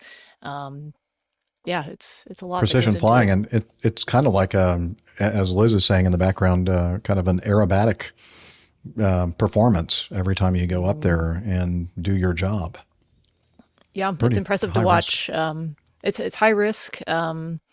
I forget which. It was a different podcast. It might have been 121.5. They interviewed a guy who was a career crop dust agricultural pilot. And man, just hearing about some of the incidents that occur because you're dodging power lines commonly, trees, other people's property and fields.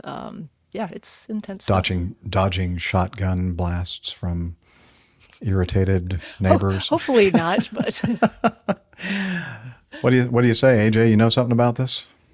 It's pretty much what she said. There's, as far as certification stuff, there's no specific FAA certification for crop duster, other than, like she said, certified for that type, category, and class of airplane. So tailwheel, high performance endorsement, commercial rating, and then the EPA pesticide applicator cert. Okay.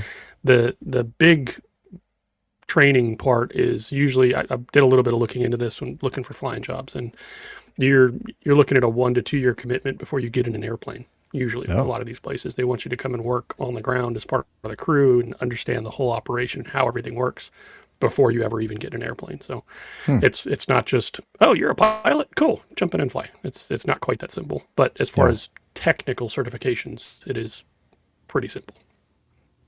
So a commercial pilot rating would be the minimum, right? Right, because you're still working for higher in these cases. So you're making money, and then instrument rating probably not high on the list of things that you need. It's going to be a lot of VFR flying. For the most part. Okay. Main man Micah has a question for us. What kind of G's do you pull if you're crop dusting? Wouldn't it be higher than normal? A little higher than normal? Yeah, I think so. Definitely. Yeah. Those crop dusters, the ag trucks and stuff like that, they are basically aerobatic planes. I mean, they're incredibly tough airplanes.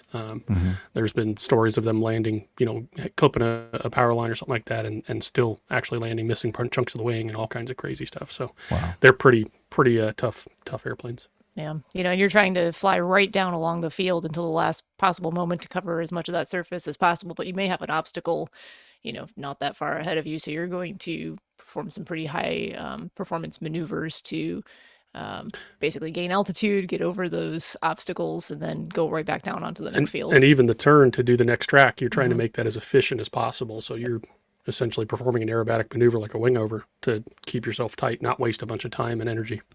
Driving like out in Central California, Highway 5, you see them quite a bit, and I'm just mesmerized by watching them kind of do their pass and then kind of go up and do a whifferdille, and pretty impressive maneuvering on those things, and then back down again and laying out another row or whatever they call it. Yeah. And so as far as like a retired airline pilot, I don't see that there's anything stopping anybody from doing that, as long as I guess you just have to have a basic, probably a class 2 or class 3? Class 2 for class 2 medical. For the commercial requirement. And if you want to have some fun and do that kind of work, there's nothing stopping old people like me doing that kind of job. I'm not going to be doing that, though. I'm going to just drive my RV instead. Tim Van Ram says there are great YouTube videos available with pilot's perspective. Oh, okay. So, and do a YouTube search and learn all about it. Very good question, though. I think I'll just stay on the ground. You just make coffee and drive the RV. I'll make coffee and drive the RV. There we go. Not necessarily at the same time. No. Maybe not lifting the espresso maker while driving the RV. Yeah. I don't see lifting it a lot anymore until I have to move. So you're saying when you move, you're just going to get a new one? I might. That just stays with the apartment. Or, find some a couple of young lads that, need some beer money or something like that. Throw it on Facebook Marketplace. Free if you can lift it. Yeah. Oh, boy. All right. Let's move on to this one from Adam. He's a newish listener, first-time feedback. Hello, Airline Pilot Guy crew. My name is Adam Springmeyer, and I am enjoying the podcast. I've only started listening back in December of 2024, so about 6 months. And I listen during my time to and from the airport, mowing my lawn, and running errands by myself. I'm not sure if I'll ever catch up, but will be doing my best. Currently, I'm a Legacy Airline first officer flying the Boeing 737 out of Charlotte, North Carolina. I think I know that airline. And loving every bit of it. Previously, I was with Republic Airways. Let's see.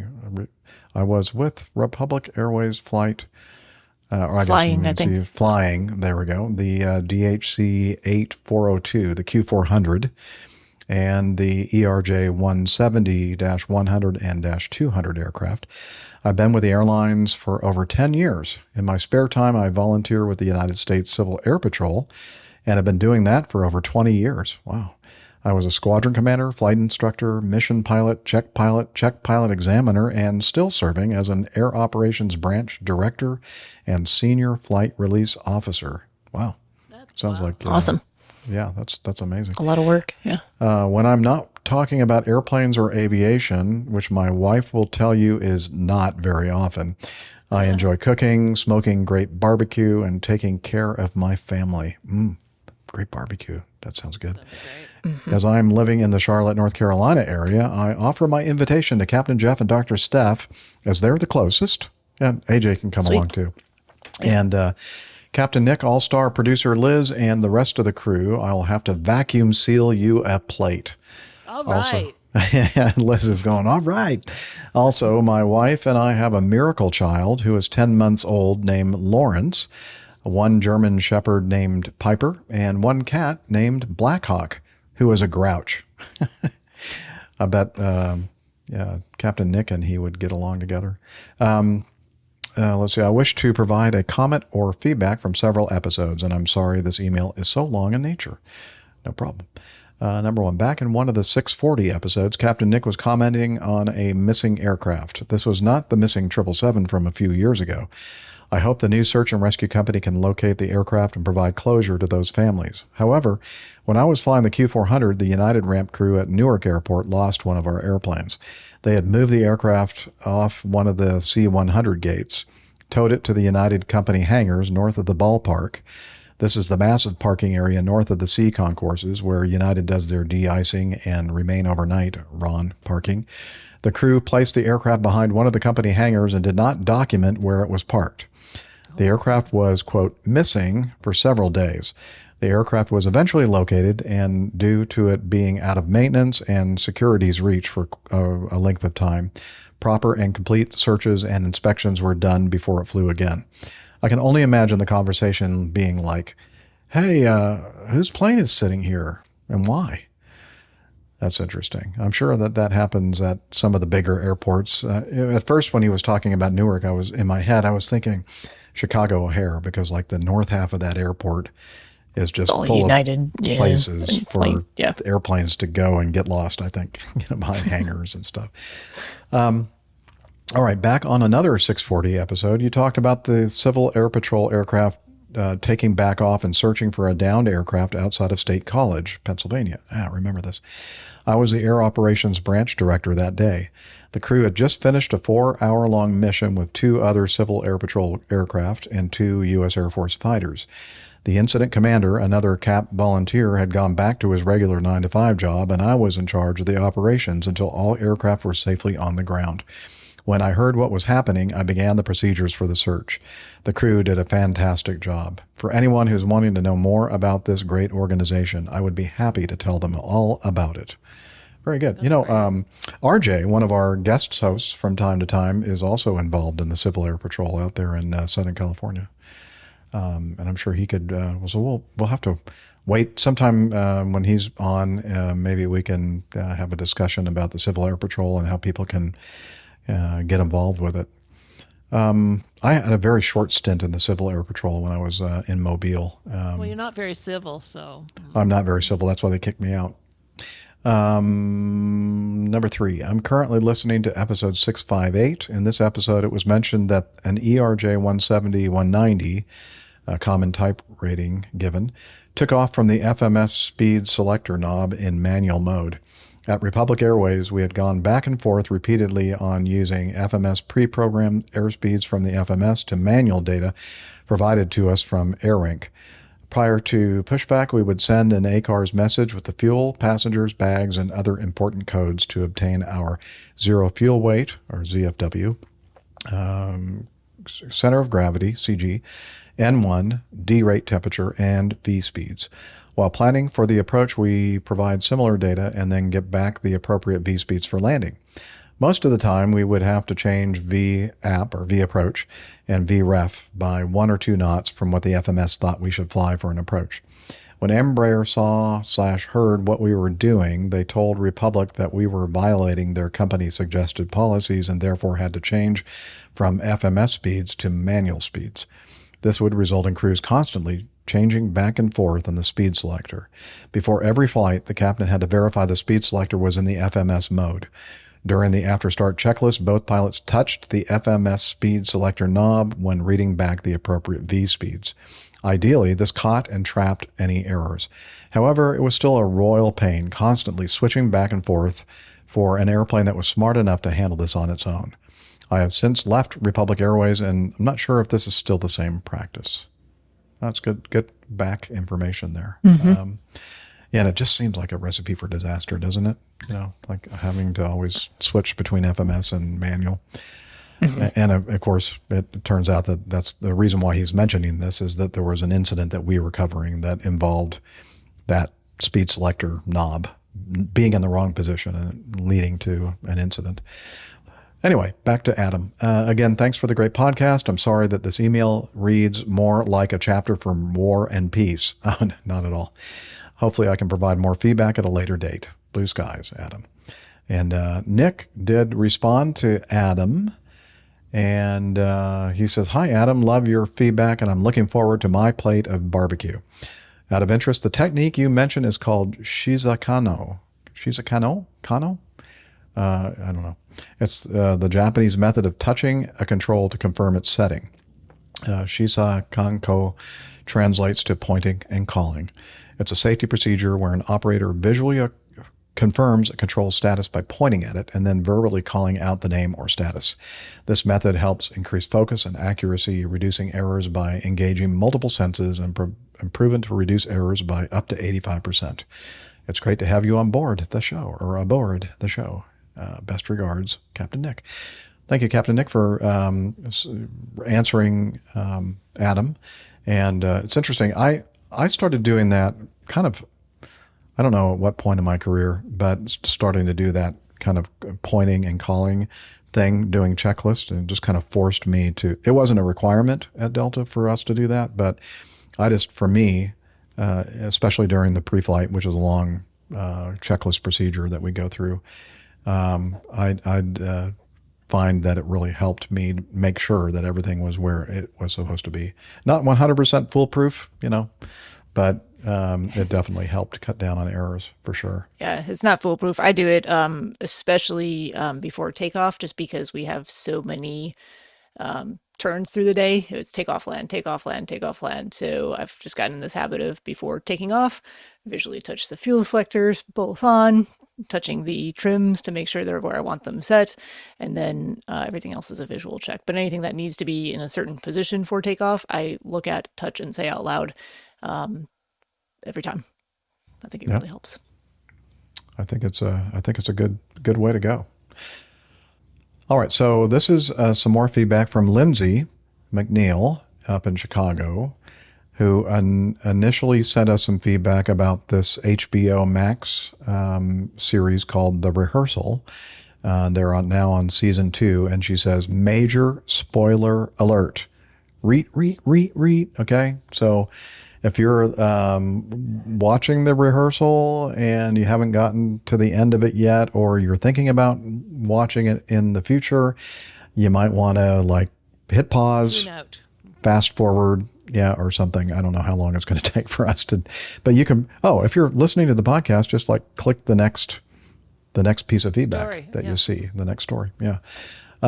So you've been warned. It's a spoiler alert. Thanks for reading off my feedback. Here's an update from the show I recommended. Within 2 years, Nathan Fielder, right? Is that his name? Mm-hmm. Nathan Fielder. Quietly ends up getting his PPL, private pilot license, and works up to being type rated for a 737, all for this show. And his very first 737 flight out of the sim is with 150 paid actors in the back. with him doing the takeoff and landing, which is very similar to what we real airline pilots do when we get checked out on a new airplane. The first time usually we're flying the airplane is with real passengers, not paid actors even. These are people that have paid the company a lot of money for us to take them from point A to point B. Of course, there's usually there always is a check airman there that is very experienced in the airplane. They don't let us just do whatever the heck we want, for sure. Anyway, so Lindsay says it's wild, and so she sent a link to this article from 1 Mile at a Time. It's a blog. How Nathan Fielder was able to fly a Boeing 737 with 150 passengers. The second season, again, HBO's The Rehearsal, starring Nathan Fielder, attempts to examine pilot communication issues and culminates with Fielder flying a 737 with 150 people on board. And then they go into detail in this article about how that all happened. In a nutshell, Yeah, you don't need to read that. It was, they found a company, and I guess it was kind of the difficult thing was finding a company that was willing to let them, use one of their 737s for this purpose. And so basically, I do like this quote. What? It doesn't, I don't have to read the whole thing, but Uh-huh. the call goes, "Hey, I'm the least qualified 737 pilot in North America. I'd like to rent a plane for a couple of hours for an HBO stunt." A stunt is probably not the right word to use. Not the right word to use. HBO series show. Yeah. Yeah. Kind of. That's kind of. And least qualified, not good too. Yeah. Yeah, I would have changed a few of the words that he used, if that's apparently or the producers used to try to secure that airplane. But they did find a company. It's all that information is here in the article that she linked. So it's pretty interesting. I guess I need to just sign back up for HBO Max and watch this. I went and watched the whole thing, and Yeah. it's wild. It is. Yeah, is it? Is some Is of it worth it? It's definitely worth the experience. Yeah. I've watched the whole thing. I've talked to another pilot who's watched the whole thing, and my wife is all the way through to the last episode, so she hasn't seen the very end yet. Okay. And this is just the second season of the show? This is the second season, yes. And is the second season is the only season that's dealing specifically with CRM and 737s and piloting and that kind of thing? Okay, so it's like a different thing every season. It's a little bit convoluted, maybe. The kind of the way it goes through from episode 1 to episode 6, but I don't know. Standalone enough that you don't have to go back and watch season 1 or other seasons? No, they have absolutely nothing to do with it. Okay. Unless you want a general idea of the show. The basic idea is that he sets up rehearsals basically for real life situations. So he creates these, and you'll see it in the first episode. He created a set of an airport terminal, including a functioning Panda Express and a coffee shop and like 200 actors acting as passengers and other pilots and TSA and the whole thing. It is incredibly intricate. And that was for the season 2. Mm-hmm. Okay, so season 1 had but nothing to do with he's done aviation. other correct. Yeah, it's other stuff. Yeah, nothing to do with Some it. other rehearsal. Yeah. Correct. Okay. Very interesting. I'm intrigued. Well, there's some other information. Well, I was about the thinking, show. so you said, AJ, that you watched the show and your wife as well. Did you happen to notice in one of the episodes that I made a cameo appearance? No. Yeah. Liz, there. So you see the yellow highlighted circle there on this board that he's looking at? Can you zoom in, Liz? You should be able to. No, I put another slide in. Oh, did you? Oh, I'm sorry. Sorry. Yep. There we go. Huh. That guy looks a lot like me. Uh-huh. How did you find out about this, Jeff? Well, I found out about it, Liz, from CJ Hemmer, Airbus CJ Hemmer, the rehearsal wall of pilots, Captain Jeff. Guess who I saw over at Nathan Fielder's shoulder on episode 6 of HBO's The Rehearsal season 2. I'm sorry if I missed Captain Nick or Dr. Steph or Miami Rick. ... I don't know. Maybe they're somewhere. Maybe next season. Regards, Airbus CJ Hemmer. He's a longtime APG community member, and man, good spotting, sir. That's pretty amazing. Did HBO pay you for your likeness? No, they have not, Dr. Steph. I think I need to get the lawyers involved. Definitely. Yes. Crack lawyers. I did not sign a release, as far as I recall. I'd like to be able to read whatever the writing is to the right of each of these pictures. Do you really want to know? Well, maybe not. maybe I'll just think about what nice things they're saying about me, and then just World's leave it at best that. pilot. World's fastest taxier. Fastest, yeah. Yeah, all that good stuff. Anyway, so that was that. Wow, that was pretty amazing. So that's just another reason for me to get HBO Max and check out the especially. I think there's a connection with AT&T as well. If you have a AT&T account of any variety. I don't. I used to. Now I'm with correlation there. T-Mobile. Well. Okay, quickly, Anyway, number 19. so thank you, 19. CJ, for sending that in, and great eagle eyes there. Number 19, you said? Yeah. Yes, sir. Okay, so this was sent to us from Peter Tarantelli, and it involves an airplane that I used to fly, although none of the L1011s that I used to fly, the TriStars, had this modification on it. But I didn't know this even existed, and I'm not sure what airline this is, but we're going to watch this little video together and see if we can figure it out. Now, it looks like initially that initial screenshot there that we're looking at on the video looks like some kind of a big, giant, jumbo Southwest airplane, but I don't think they ever flew the L1011, so I don't think it's Southwest. So here we go. Let's take a look. And electrically operated onboard stairs. They are stowed in the center cargo compartment, quickly unfold and move into position for passenger embarking or deplaning, thus eliminating the need for any ground support equipment.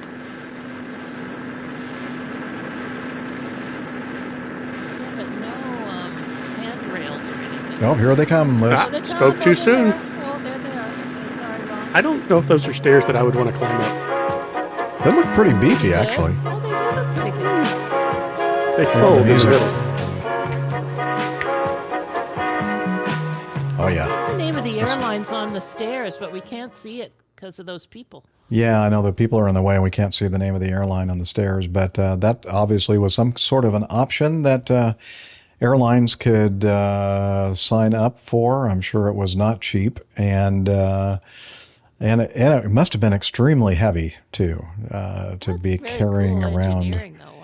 But it was, pretty amazing engineering feat for sure. Thanks, Peter. So it could have been Courtline Aviation or Cathay Pacific Airways, according to the registration.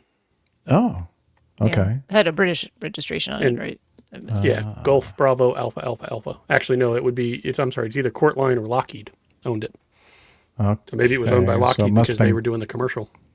Oh, yeah, could be. Or, I don't think Main Man Mike is asking if Brana flew the L1011. I don't think they did. It had a G registration, according to Dave. Hey, Dave Abbey. Long time no see. Yeah. All right. I'll be seeing you next month, man. Over in Wisconsin. Okay, so Wisconsin. Wrap it up with number 9, Jeff. Okay, we're going to wrap this thing up then with number 9. And we have a lot of great feedback in there to go. So make sure you join us again for the next episode, and you'll be able to hear this wonderful feedback that's been sent in by our wonderful community. Peter Kent sent this in to us, CRM for fun. Never thought that those words would be in the same sentence, actually. Hello, team. I'm having a bank holiday Monday. Mooch around the shops and I guess he was mooching around the shops and found this game. Sky Team is the name of this game. I'm not sure how the makers haven't been had by the Sky Team Alliance lawyers. Is a board game for those who want to try their hand at crew resource management in order to land a plane. Like, who wouldn't want to do that, right? Sounds thrilling. Like Yeah. just after dinner, get the whole family together. Hey, kids. We're going to do some CRM tonight. So let's do some CRM. Let's try not to crash, kids. Who wants to have a successful flight? And I thought that the family fallout from Monopoly were bad. I can only imagine the drama when a player screeches at full volume like a New York Tracon controller at their sibling.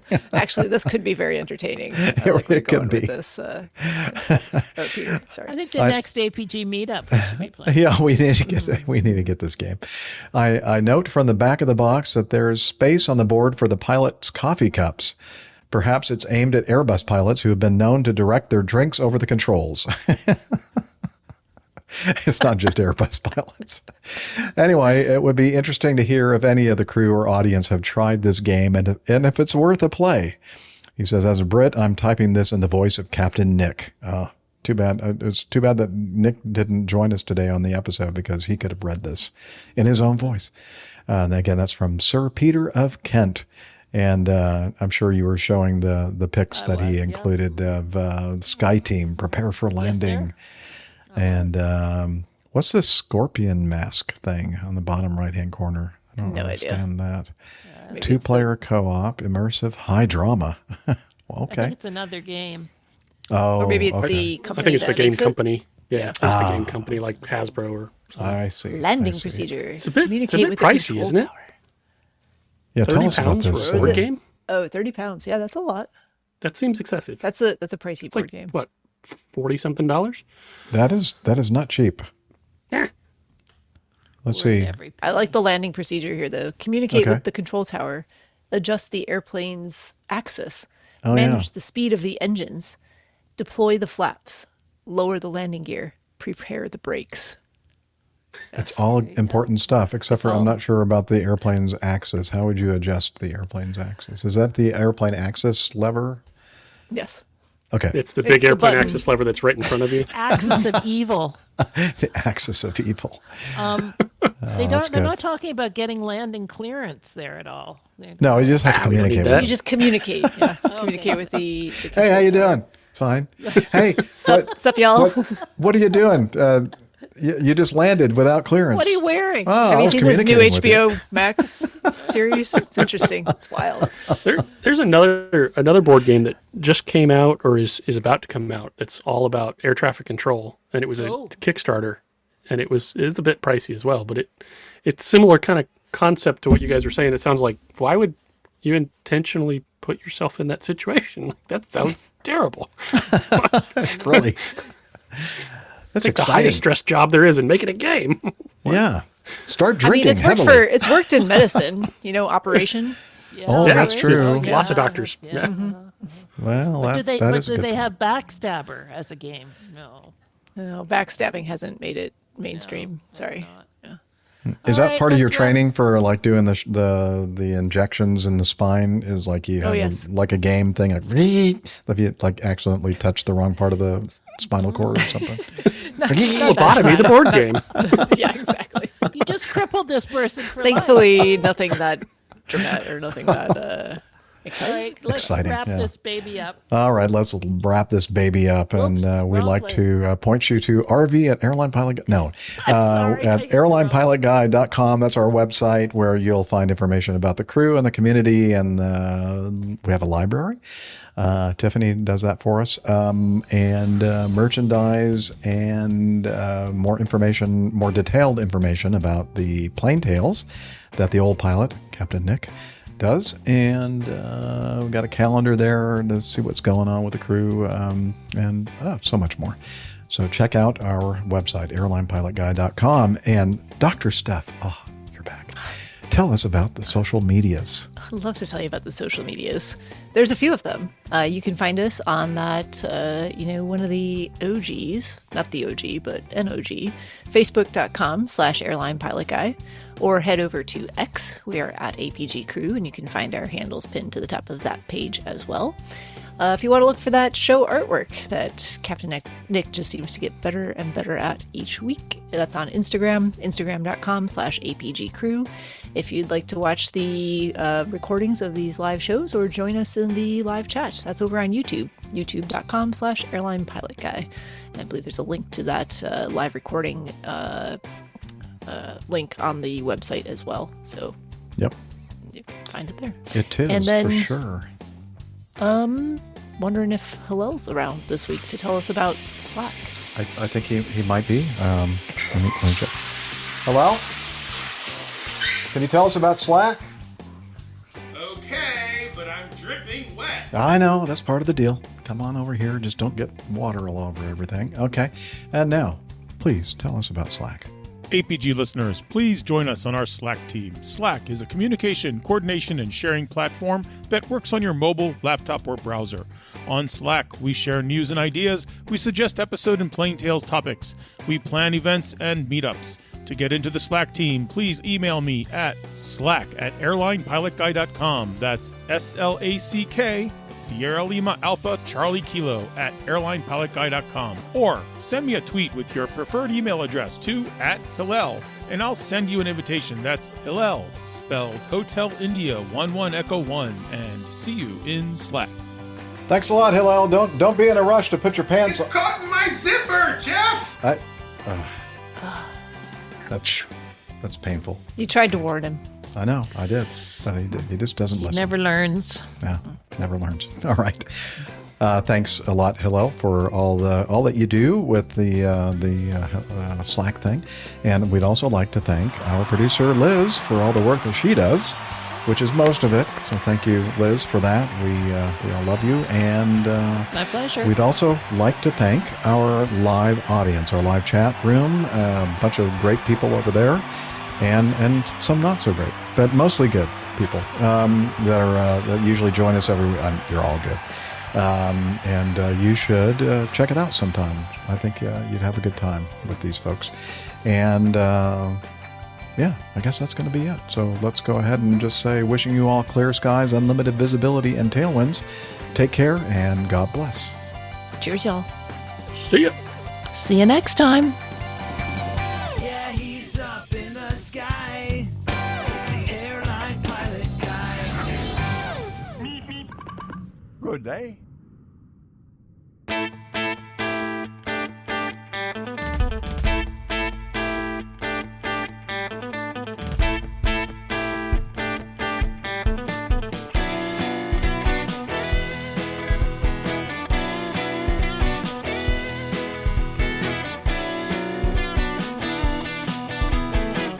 I used to be such a good pilot till I started APG.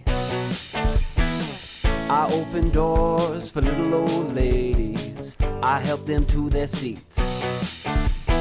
Airline pilot guy, I fly America. Oh, airline pilot guy, he can land in heavy fog.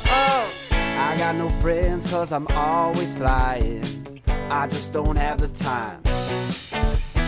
But I can land this old plane. I can land it just fine. Airline pilot guy, I fly